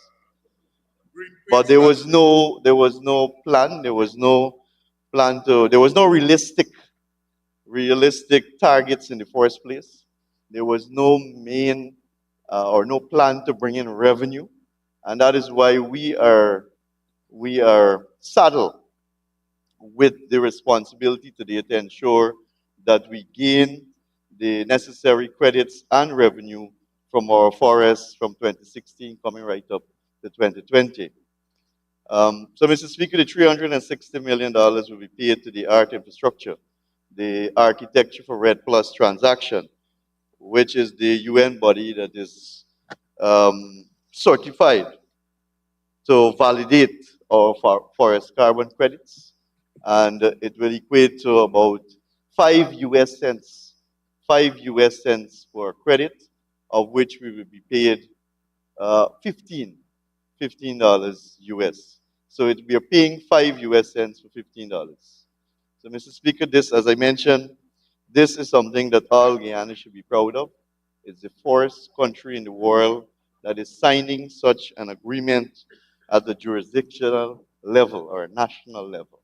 So the provision, Mr. Speaker, or the amount being asked is to offset the cost of validating our forest carbon credits. Thank you. Thank you, Honorable Minister. Honorable MP Ramsrup. Thank you, Mr. Speaker, and thank you, Honorable Minister, for that explanation as to where we are in terms of carbon credits. But, Mr. Speaker, I want to ask the question as to what exactly the resources that you speak about here is to accomplish these UN fees. Or what are the resources this money was being spent on, or who was this money spent on? You spoke about the R3s, and we know that during our time, we have not learned about the R3s because you had the Red Plus, you had the FPCF, and you have the MRV system. Is the R3s is a new thing to Guyana, or is it take over the responsibility of all these other areas of certification that I just speak about?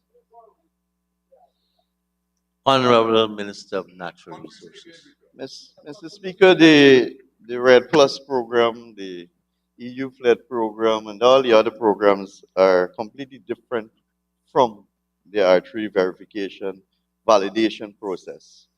This is a United Nations body because in order for countries to sell carbon credits, it must be validated, it must be checked, it must be validated, and in order for any organization like HES or any other entity that would like to buy credit from any country, and that one such body is the R3s. There are others, but we are using art to verify our carbon credits. Otherwise, we cannot put it on the market. Otherwise, we will not be able to enter into agreement because nobody will buy carbon credit from a country if it is not verified. If it is not verified. So the MRV, the Monitoring Verification Reporting System, that is a system that we implemented to ensure that we have real-time coverage and we can monitor the forest coverage. And if there is any change in the forest coverage, to put into action some kind of remedial mechanism or to do monitoring reconnaissance exercises to ensure that our forests, especially the preservation area, the 5 conservation area, which span almost 2 million hectares. That's the Shell Beach, Ayokorama, Kaitro National Park, Kunuku Mountain Ranges, and the Conishin area. Those are our 5 conservation areas, which is almost 2 million hectares. So the MRVS system, the monitoring, reporting, verification system, it was put in place to ensure that we have real-time monitoring of any changes in our forest coverage. And then there's the Red Plus program, which is reducing emission through deforestation and forest degradation. That is a program being monitored by the Ministry, by Forestry, which the honorable member is aware of because he was on the board and he worked at Forestry. There's a Red Secretariat that they do aggressive work in ensuring that we can bring down our deforestation rate to the lowest in the world. And that is something else that we must be proud of as a country. 0.045%. That is our deforestation rate. The lowest in the world, Mr. Speaker. And our commitment in the low carbon development strategy is that we will keep it below 0.07%. And right now we are at 0.045%. So we are way below our targets in terms of deforestation. And that is why everyone is now looking at Guyana as a major player in fighting climate change. It's not only ensuring that our forest is intact, but the preservation of it, the monitoring of it as well too. Thank you. Thank you, Honorable Minister. Honorable Member, Mr. Ramsrup. Thank you, Honorable Minister, for that clarification. But I was talking about resources. But maybe you can, if you want to, if you can lay out the resources, Mr. Speaker. So my next question, Mr. Speaker, is what the 37.5 gigaton of carbon that was estimated, and Hess, you said they bought 30% of that to mix it to $750 million US. Can you say, Honorable Minister, if this estimation of this carbon, if it's the entire forest of Guyana or if there is a specific area that this carbon must be estimated to be? Honorable Minister. Thank you, Mr. Speaker. As I mentioned, it's jurisdictional or national carbon credit, meaning the entire Guyana forest. I know in some countries they trade in parts. For example, in Brazil, they would trade in parts, part of the forest. But as Guyana, we are trading as a country, our national forest. The agreement, Mr. Speaker, between the government of Guyana or Guyana and the HES Corporation is for 30% of the carbon credits that we have in Guyana. 30% for a minimum of 750 million US dollars. And that may very well increase depending on the price of carbon on the market. And which is very likely because as we know that the price will obviously increase over time as the conversation on climate change and we experience the impact and effects of climate change. There will be more and more efforts to safeguard forests around the world. And as we know, the two main standing forests in the world is the Congo, in the Congo Basin, and the Amazon rainforest. Those are the two main standing forests in the world. So Guyana stands to earn a great deal from our forests as we move forward and as there is more effort being placed on mitigation to climate changes. Mr. Speaker, I wish to state too that of the $750 million that will be received over a 10-year period, 15% of that will go towards developments in indigenous communities.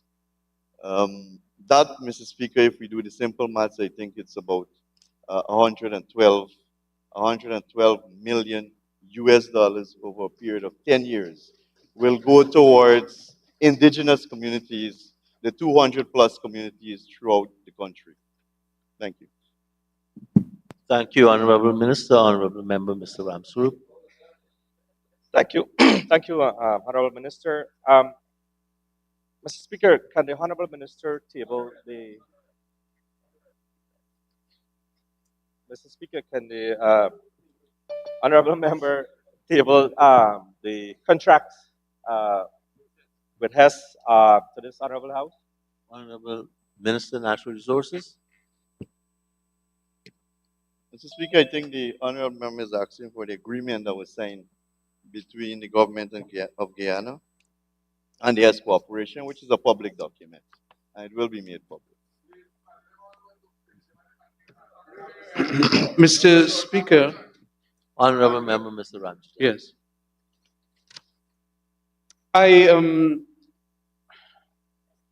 The $360 million, in addition to the 208 when we had voted at the budget, comes up a sizable sum of 500.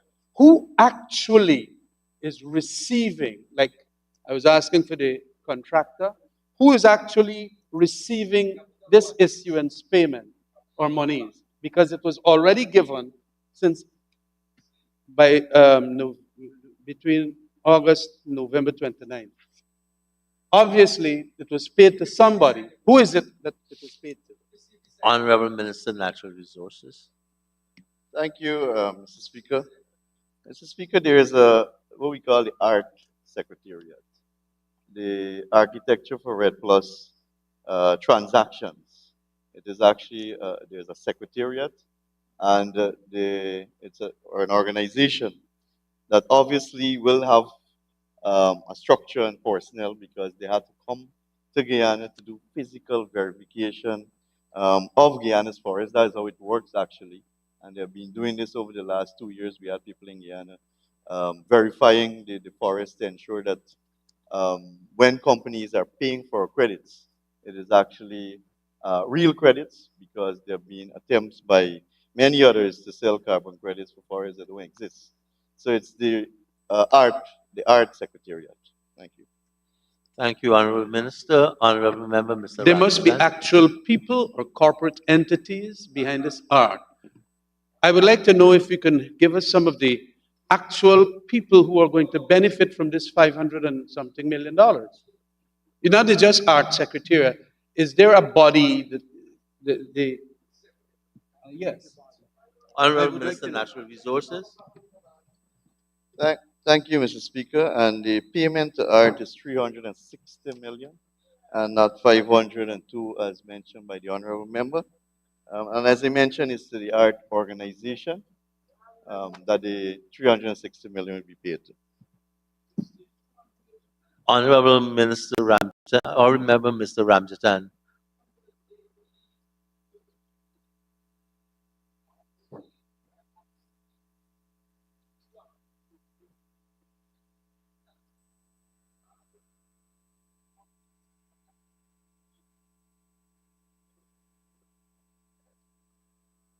Honorable Minister of Natural Resources.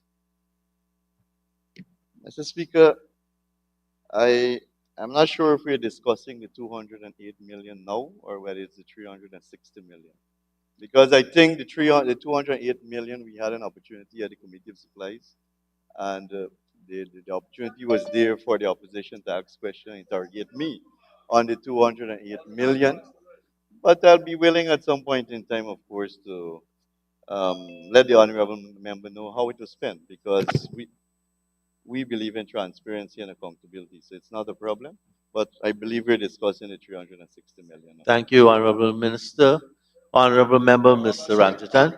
Madam, Mr. Chairman, it is important to understand, as the Finance Minister just indicated, that contingencies are for urgent spendings, and it would necessarily meant that the provision that you had voted for at the beginning would have been used up. And so you have to now go into the contingency to make spendings in addition to what was voted.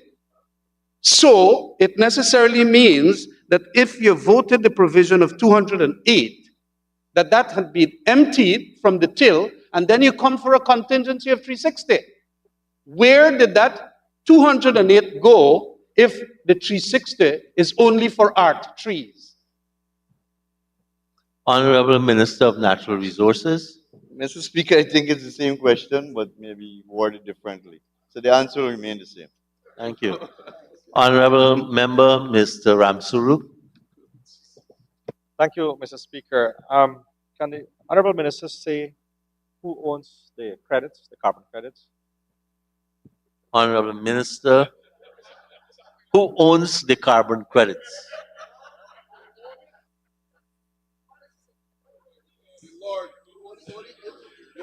Mr.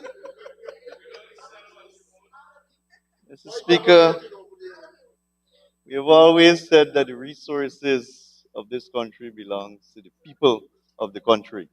We are the custodian. The people entrusted us to manage the resources. So the resources like the oil, like the diamonds, like the gold, like the manganese, like the bauxite, like the carbon credits, belongs to the people of Guyana. Thank you. Thank you. Honorable Leader of the Opposition.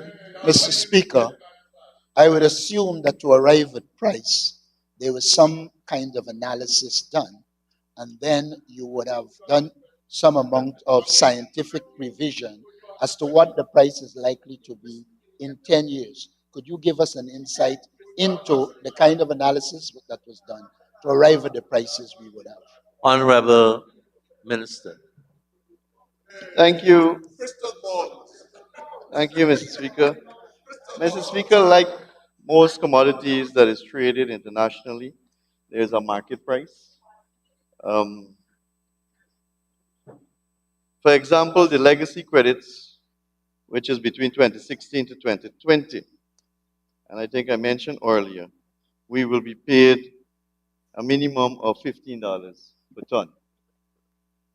For the period 2021 to 2025, we will be paid a minimum of $20 per ton. And for the period 2026 to 2030, we will be paid a minimum of $25 per ton. Thank you. Honorable Leader of the Opposition. Mr. Speaker, I heard that, but here you're selling and you say it is in 10 years. I'm trying to get from you the analysis that was done that will establish that this is a good deal, so that at the end of the 10 year, we benefit significantly and not yes alone. Because if Hess buys now, and then the estimate is that while it is like a 10 now, by 10 years from now, it is likely to be 75. Are you satisfied that proper analysis was done? And are you prepared to table here the document that led to that kind of decision? Honorable Minister. Thank you. Thank you, Mr. Chair. Let me thank the Honorable Leader of the Opposition for the question. Now, Mr. Speaker, it's a new commodity being traded on the market. So there aren't, quite honestly, there aren't much precedent in the world that was set before to determine pricing. But we believe that we would have negotiated a good price for carbon credit. We are probably, in fact, we are the first country in the world to sell based on jurisdiction or nationally. So there is no precedent set before. There is no target that was set either. But what we did put in the agreement, to safeguard exactly what the opposition leader is mentioning, is that should the price, it says, if the price go above a respective floor price for that year or specified under the price levels above, Hess will pay Guyana 60% of the price difference of that year's credits at a higher market price. So I think that was what the leader of the opposition was trying to find out. So we did cater, we did make provision, and we know that maybe in 10 years from now, the price of carbon credits will increase. It will increase. So we have a provision in the air saying that once the price increase, we will get 60% more of that price. Thank you. Thank you, Honorable Thank Minister. you, Honorable Minister. But there's another part of the question Honorable I Leader of the asked. Opposition, you gotta allow me The to other part of the recognize question you. I asked Honorable Leader is, of the Opposition, you gotta allow me to recognize you. So you just don't jump up because I have Mr. Ramsarup finger still on the button. I see Mr. Ford's finger close to the button. So, Honorable Leader of the Opposition, please go ahead.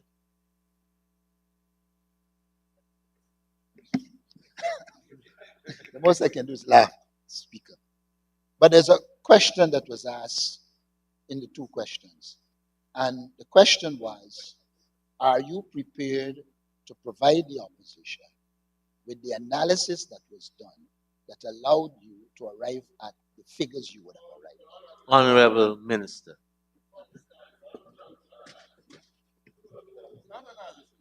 Mr. Speaker, as I mentioned in my initial response, that Guyana is the first country to be selling carbon credit at the jurisdictional level. So it's basically we are the trailblazer in this selling this new commodity on the market. We believe that the price that we negotiate is a fair price. We know that the price for carbon credits will increase as we go along, and that is why we have made provision so that we can benefit from that increase in pricing too. Thank you. Thank you, Minister. Honorable Leader of the Opposition. Mr. Speaker, I thought this was a simple question. Could you offer us in this parliament so the people of Guyana will know the documents that did the analysis to allow you to arrive at the price you would have arrived at and the agreement? That will enable us to do analysis and to conclude. Okay? Honorable Minister.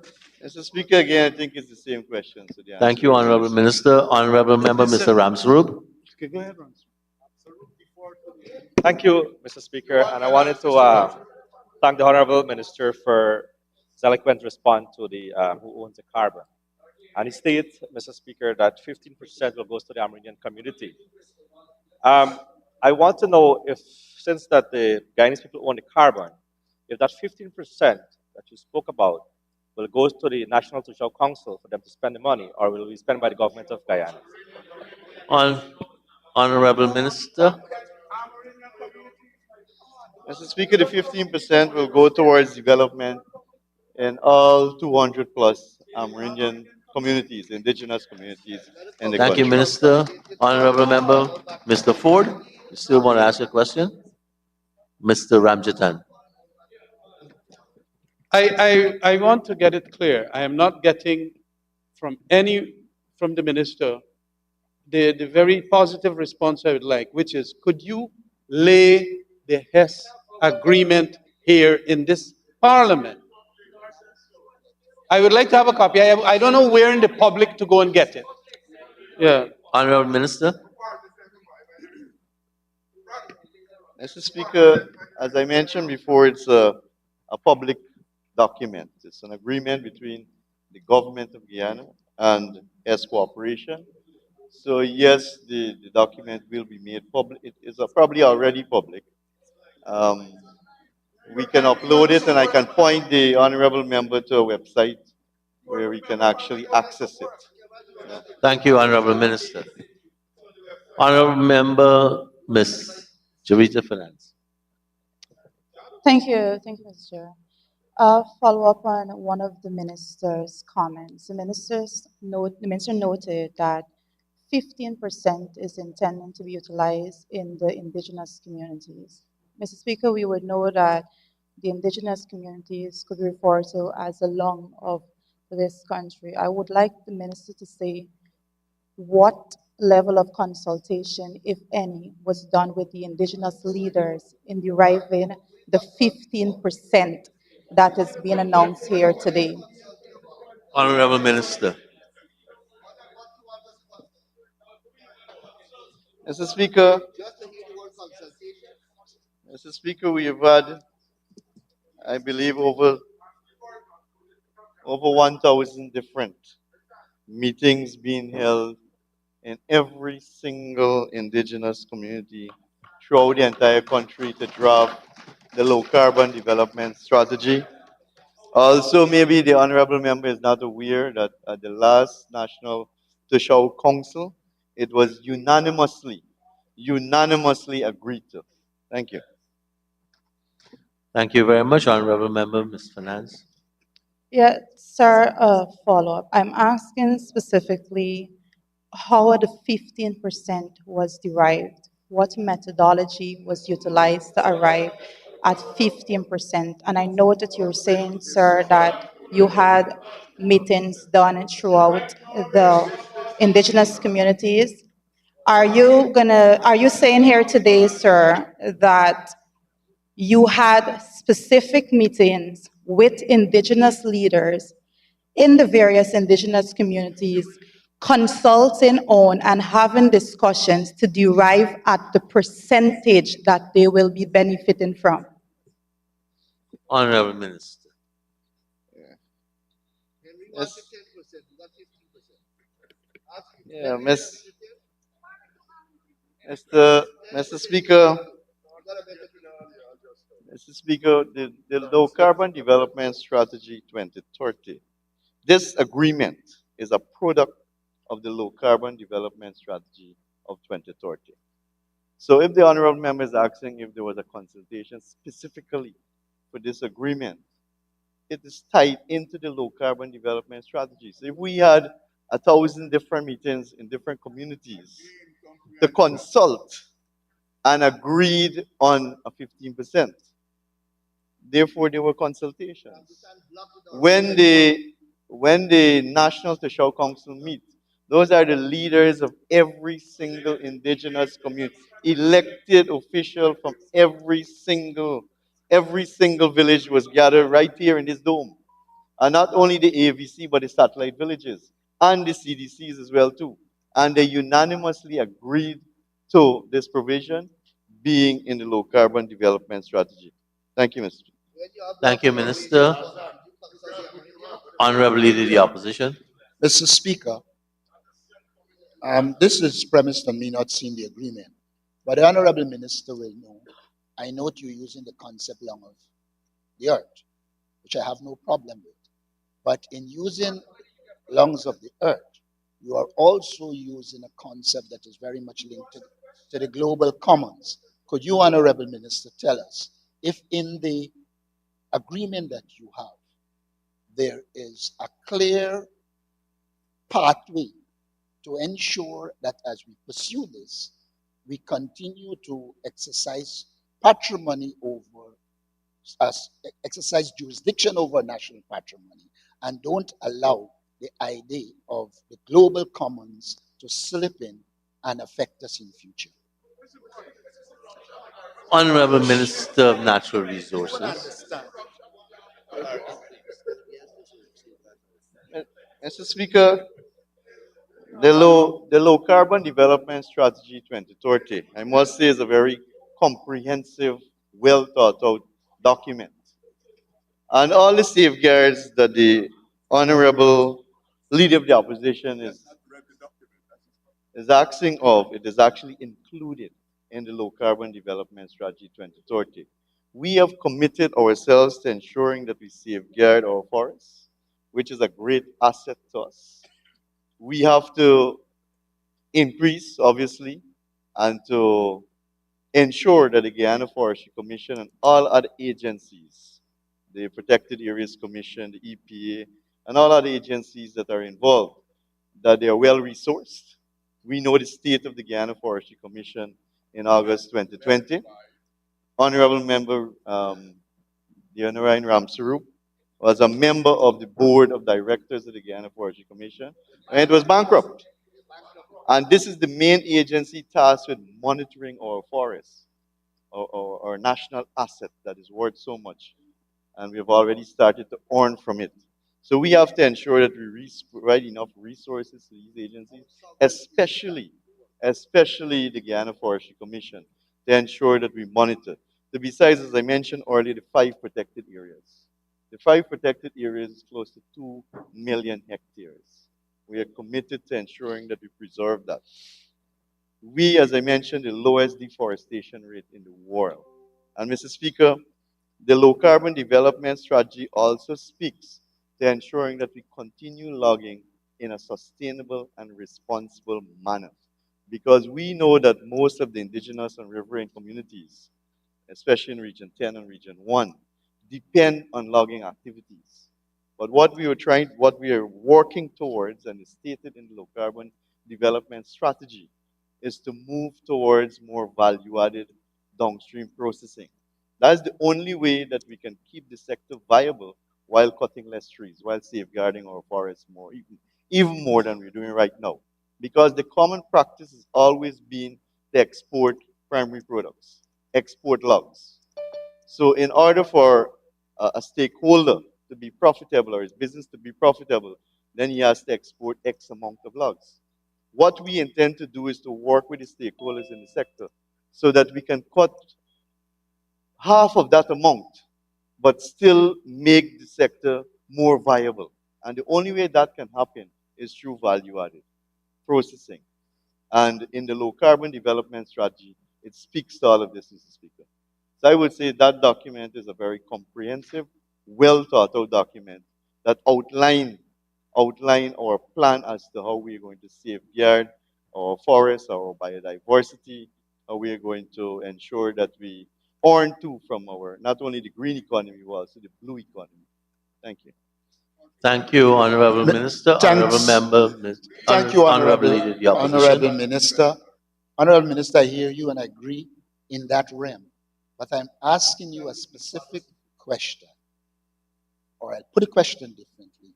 Has Guyana rejected the idea of a global commons, even though accepting that we are the long of the earth, so that in future it isn't used against us in terms of control of our national patrimony? That's a simple question. Honorable Minister, and I think we're now at the stage of repeating for the last few minutes. Honorable Minister. Mr. Speaker, yes, I think in my presentation I would have answered most of what, or if not all of what the Leader of the Opposition is asking. But I want to assure all Guyana that we are committed to ensuring that we safeguard all of Guyana and all of our assets that we have. Thank you. Thank you. Honorable members, I now put a question that the sum stated for agency 26-262 Ministry of Natural Resources, Natural Resource Management, Chart of Account 6284, that the sum stated therein now stands part of the estimates. Those in favor say aye. Those against say no. Ayes have it. The sum stated now stands part of the estimates. We can move now to item 5, Agency Code 51-511, Ministry of Home Affairs, Policy Development and Administration, Chart of Account 2608200, Office Equipment and Furniture. And I propose the question that the sum stated now stands part of the estimates. Honorable Member, Ms. Geeta Chandan Edmund.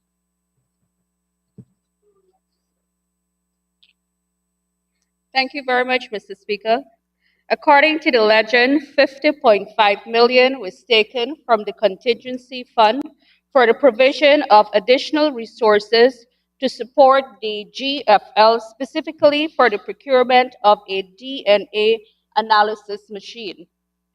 I refer to the crime chief remarks published in an online news website dated the 16th of November. In his remarks, the crime chief attributed lack of capacity to conduct DNA testing, resulting in a backlog of cases.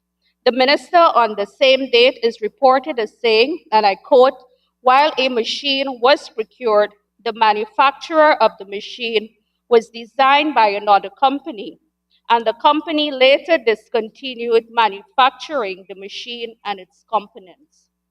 Further, the minister is quoted as saying that we are again going to get monies and perhaps get a better machine.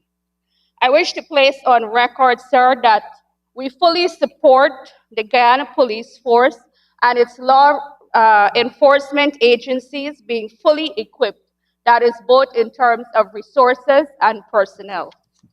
However, there must be full transparency and adherence to procedures.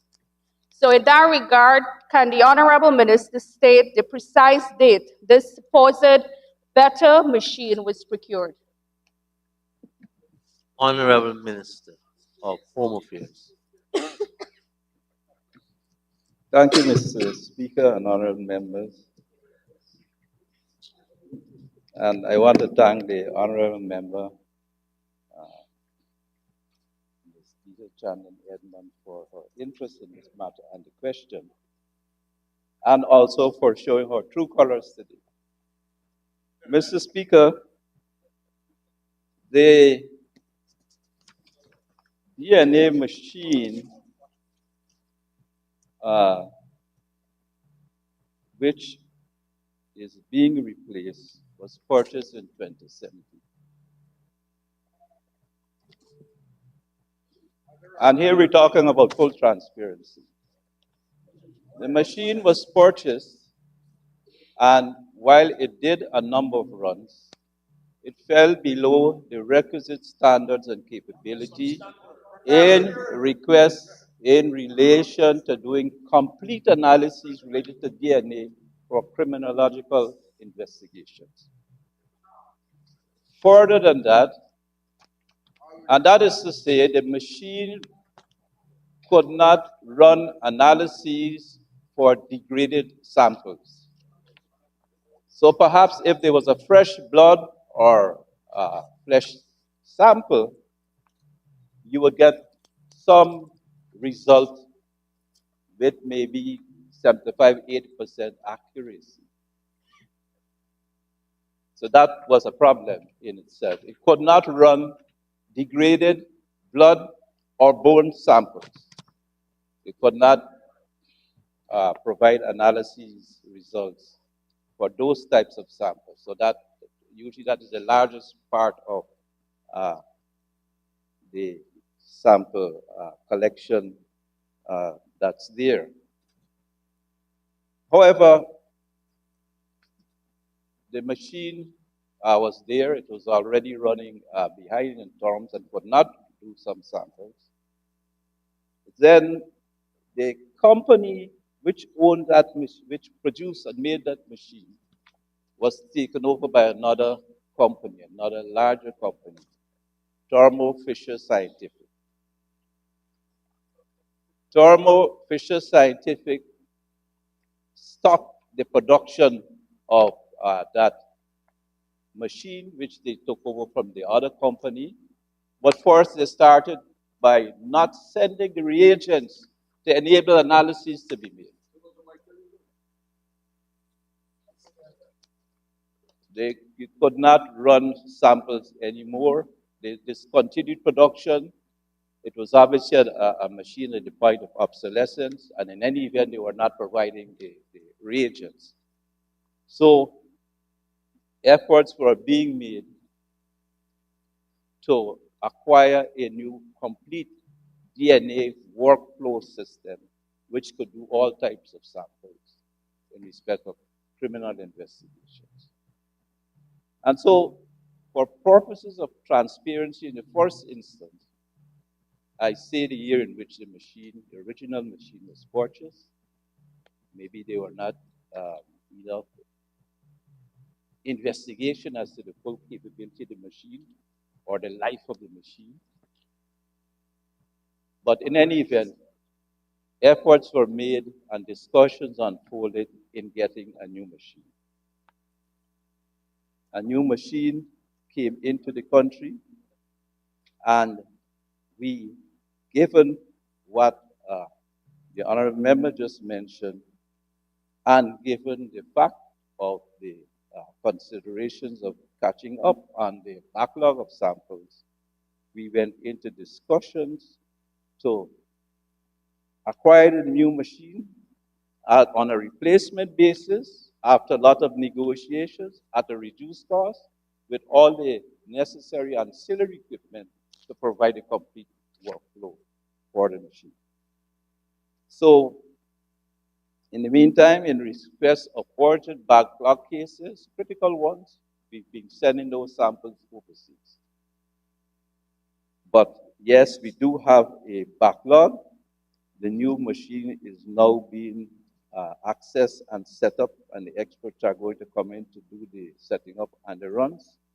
And we expect within 5 or 6 months, once it's properly up and running, we will be on top of the situation in respect of having the ability to do proper sampling, proper testing, and providing the right analytical results at more than 95% in relation to all types of DNA samples. Thank you, Honorable Minister. Honorable Member, Ms. Keita Chandan, Edmund. Thank you again, Mr. Speaker. Honorable Minister, the question was very specific. Can you give us the precise date that this new machine was procured? Additionally, can you give us the type, made, and manufacturer of this machine? And can you give us the specifications that will justify that this machine that you have now purchased is a better and a superior one than the one you claim was purchased in 2017? Honorable Minister, I think you have 3 questions there. Well, thank you, repeat? Mr. Speaker. I don't know the precise date. I know it was early in the year, and as I said, because of discussions, negotiations, and of course, our being upset in the first place at the way in which there was a cessation in the provision of the reagents of the machine, which was obtained in 2017.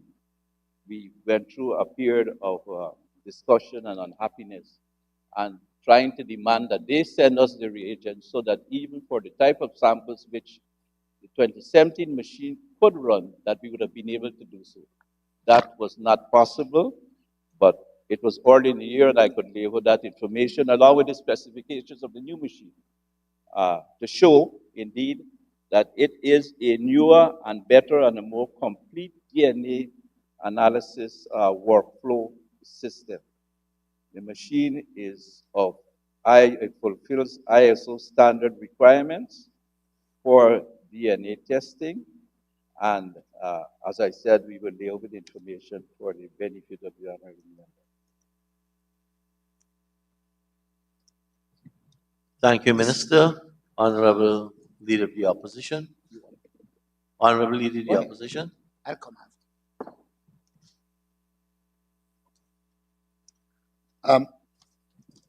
Just to say, sorry, Honorable. Go ahead, Minister. May 2022 was when the new machine was acquired.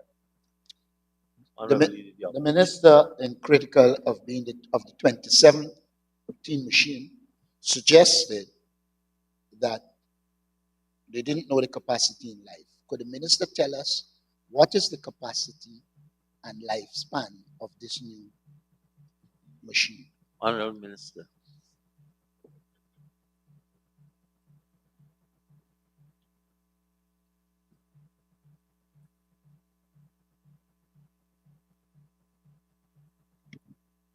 The new machine is one done by Thermo Fisher Scientific.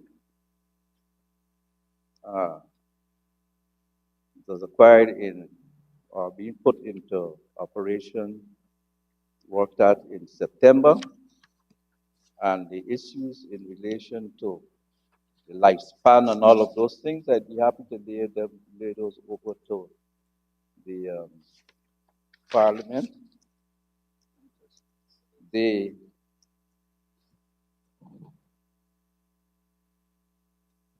If I would say that the new machine can produce a larger amount of samples, the larger amount of runs are as a result of acquiring this new machine, and we expect that there will be a higher success rate for bones and environmentally challenged samples, which often show no DNA profile with the older, what is called the rapid hit 200 DNA system. Mr. Speaker, the Honorable Minister virtually said to us, this new machine has more capacity. Could he tell us the capacity of the old machine and what is the capacity of the new machine and at what rate it is likely to get rid of the backlog? Honorable Minister. Okay. The older machine would do 28 samples per run, and the new machine will do 200 samples per analytical run. Honorable Leader of the Opposition. Honorable Minister, you said in a short time it will get rid of it. When you give me that figure, you have to give me the amount of the backlog so that we can calculate how quick we will get rid of this backlog. Honorable Minister. We will do that calculations and provide it to the House. Thank you, Minister. Honorable Leader of the Opposition. Mr. Chairman, I want to ask the Honorable Minister. Clearly, you will have to have the trained people to do the job. Could the Honorable Minister say to me, if they have these people, how many of them, how many are required? And if they don't have them, how many of them they plan training and by when? That also will help us to understand getting rid of the backlog. Honorable Minister. Thank you, Mr. Speaker. We have 5 analysts who will be certified, trained and certified in the operation of the new machine. And I think they will, after the training and certification, would have the ability to do the runs. I've been saying to the people in the lab that they have to work some extra times and train some more people so that we could catch up on the backlog. But I will not venture an opinion now as to how soon, by date. That I said next year, hopefully by mid next year, but in terms of actual numbers and specifications, in terms of getting on top of the backlog, we'll have to look at it because DNA samples are still coming in. And we have to do profiles to determine, in fact, whether there could be other means, whether we could avoid in many cases, in some cases, of having to go into do DNA analysis. Mr. Chairman, Honorable Leader Honorable of the Opposition. Minister, in speaking, you said will be trained. Am I to understand that these persons haven't been trained? And if perchance they haven't been trained, and you know you were purchasing this machinery, why weren't they trained? And what is the projection in terms of training them? And could you tell us how many people you need to train to be able to get rid of the backlog we're talking about? Honorable Minister. Mr. Chairman, honorable members, we have 5 persons already trained as DNA analytical persons. There is a new machine which is being set up now. For the new machine, which is a now complete workflow system, these 5 will be trained and certified in respect of the new machine before they can fully go into use of the machine. That is not expected to take long, but in addition, we will train new persons, more persons in the use of the machines, the new machine. Honorable Leader of the Opposition. Minister, you keep saying we'll train new people. I'm asking a specific question. How many people do you need to deal with the backlog? To just say we'll train people would not give us an idea if you get rid of it. So could you tell us, based on your projections, how many people you need, how many people you will train? Honorable Minister. Really, as many as needed. We have, as I said, 5 persons who are DNA analytical specialists. They have to be certified for a new machine. In respect of their getting adapted and depending on the functionality and rate of throwing out samples at 200 per run, we envisage in any event that we will train more people. But I will not venture as to say exactly what the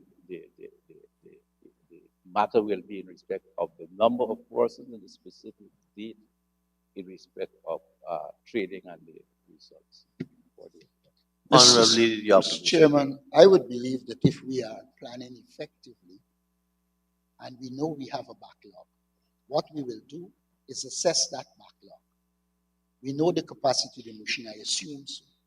And therefore, we should have a clear idea as to how many people we need. And therefore, the minister should be able to tell this House how many people we need. The other question I want to ask is that they must have had technical advice. Who gave the technical advice? And in terms of the technical advice, what is it that they suggest that these machines can do and allow you to achieve your objectives? Honorable Minister, I think you got a statement and 2 questions. Mr. Speaker, this is scientific work, and this is work in respect of the results. Much hinges upon in relation to providing the question of justice and the finding of culpabilities in respect of these issues. We have persons who are trained DNA and analysts, I've already said.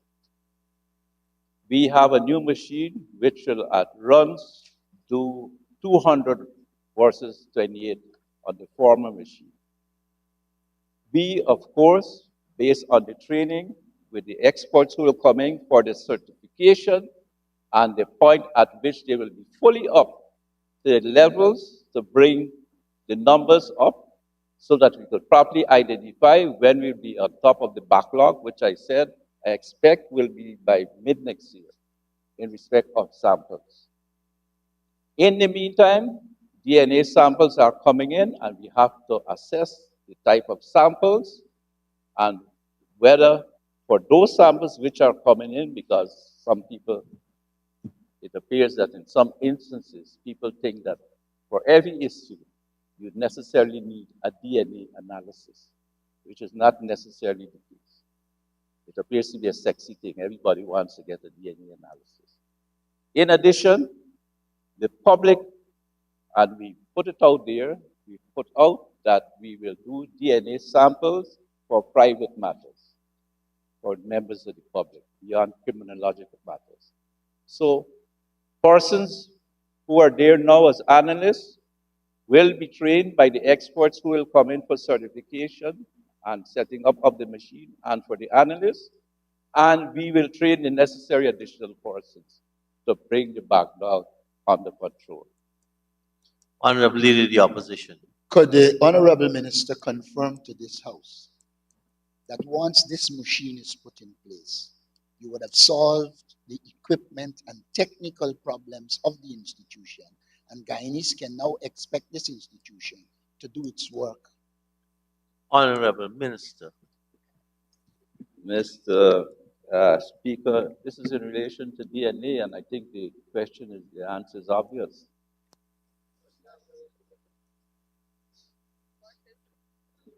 Mr. Speaker, could I ask him to explain the obvious? Because I'm not getting what is obvious. It's a simple, straightforward question. We would like to put in the records here. Regularly, people come, we hear about this place, we pass it, it is not delivering. I'm simply asking you, Minister, if with this equipment, the institution would have solved its equipment problem and the technical problems, so in future, Guyanese can expect all that should be done by that institution to be done and done expeditiously. Honorable Minister. Mr. Speaker, I'm hearing this from a leader of an opposition which brought the first machine misguidedly, improperly, in the first place. And here we have come to the Parliament to ask for more monies after a lot of discussion and effort, and I think heavy criticism internally, in relation to bringing this matter to this House for approval.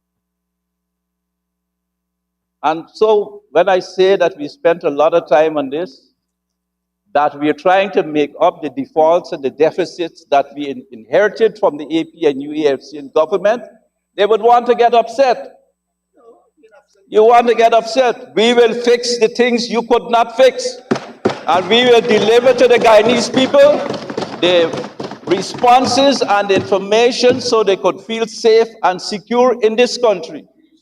Thank you, Mr. Speaker. Mr. Speaker, Mr. Speaker, if the minister was sure he fixed it, he would have been able to make a commitment to this House, and that is simply what I'm asking you. Are you prepared to make a commitment to this House that you have solved the equipment and technical problems of this institution? It's a simple question. You can say what you want, Honorable but tell Leader of the us. Opposition, I've allowed the same question now 3 times. No, but he answered it times. I answered this question already in respect of the DNA equipment. Thank you very much, Honorable Minister. Honorable Member, Ms. Geeta Chandan, you had a follow-up question before the interventions of the Leader of the Opposition. Go ahead. Thank you very much, sir. Honorable Minister, I know the Leader of the Opposition had asked you specific questions as it relates to the operation of this machine. My question to you is, can you tell us if we have the local capacity to install this machine, and are there likely to be additional costs for the installation? Can you also give us the details of the service maintenance agreement, warranty, etc.? Honorable Minister. Mr. Chairman, I want to thank the honorable member for her question. Yes, the persons will be trained in basic maintenance of the machine. There will also be virtual regular interface in relation to the function and the maintenance of the machine. There's also a 3 years warranty given in respect of this new machine. Thank you, Minister. Honorable members, I'll now put the question that the sum stated for Agency 51-511, Ministry of Home Affairs, Policy Development and Administration, Chart of Account 2608200, furniture and equipment, that the sum stated now stands part of the estimates. Those in favor say aye. Those against say no. Ayes have it. The sum stated now stands part of the estimates. Honorable members, this completes consideration of all the items. I will now put the motion, which is that the Committee of Supply approve of the proposal set out in financial paper number 2 of 2022 supplementary estimates, current and capital advances made from the contingency fund totaling $2,904,841,406 for the period 15th of August 2022 to 29th of November 2022. Those in favor say aye. Those against say no. Ayes have it. The motion is carried. Let the assembly resume.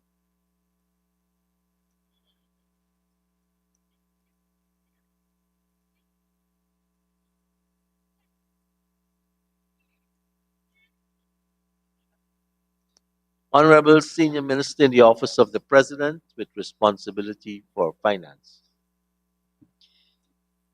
Thank you very much, sir. Mr. Speaker, I wish to report that the Committee of Supply has approved of the proposals set out in financial paper number 2 of 2022. And I now move that the Assembly doth agree with the committee in the said resolution. Thank you very much, sir. Thank you, Honorable Minister. The question is that the Assembly doth agree with the committee in its resolution. Those in favor say aye. Those against say no.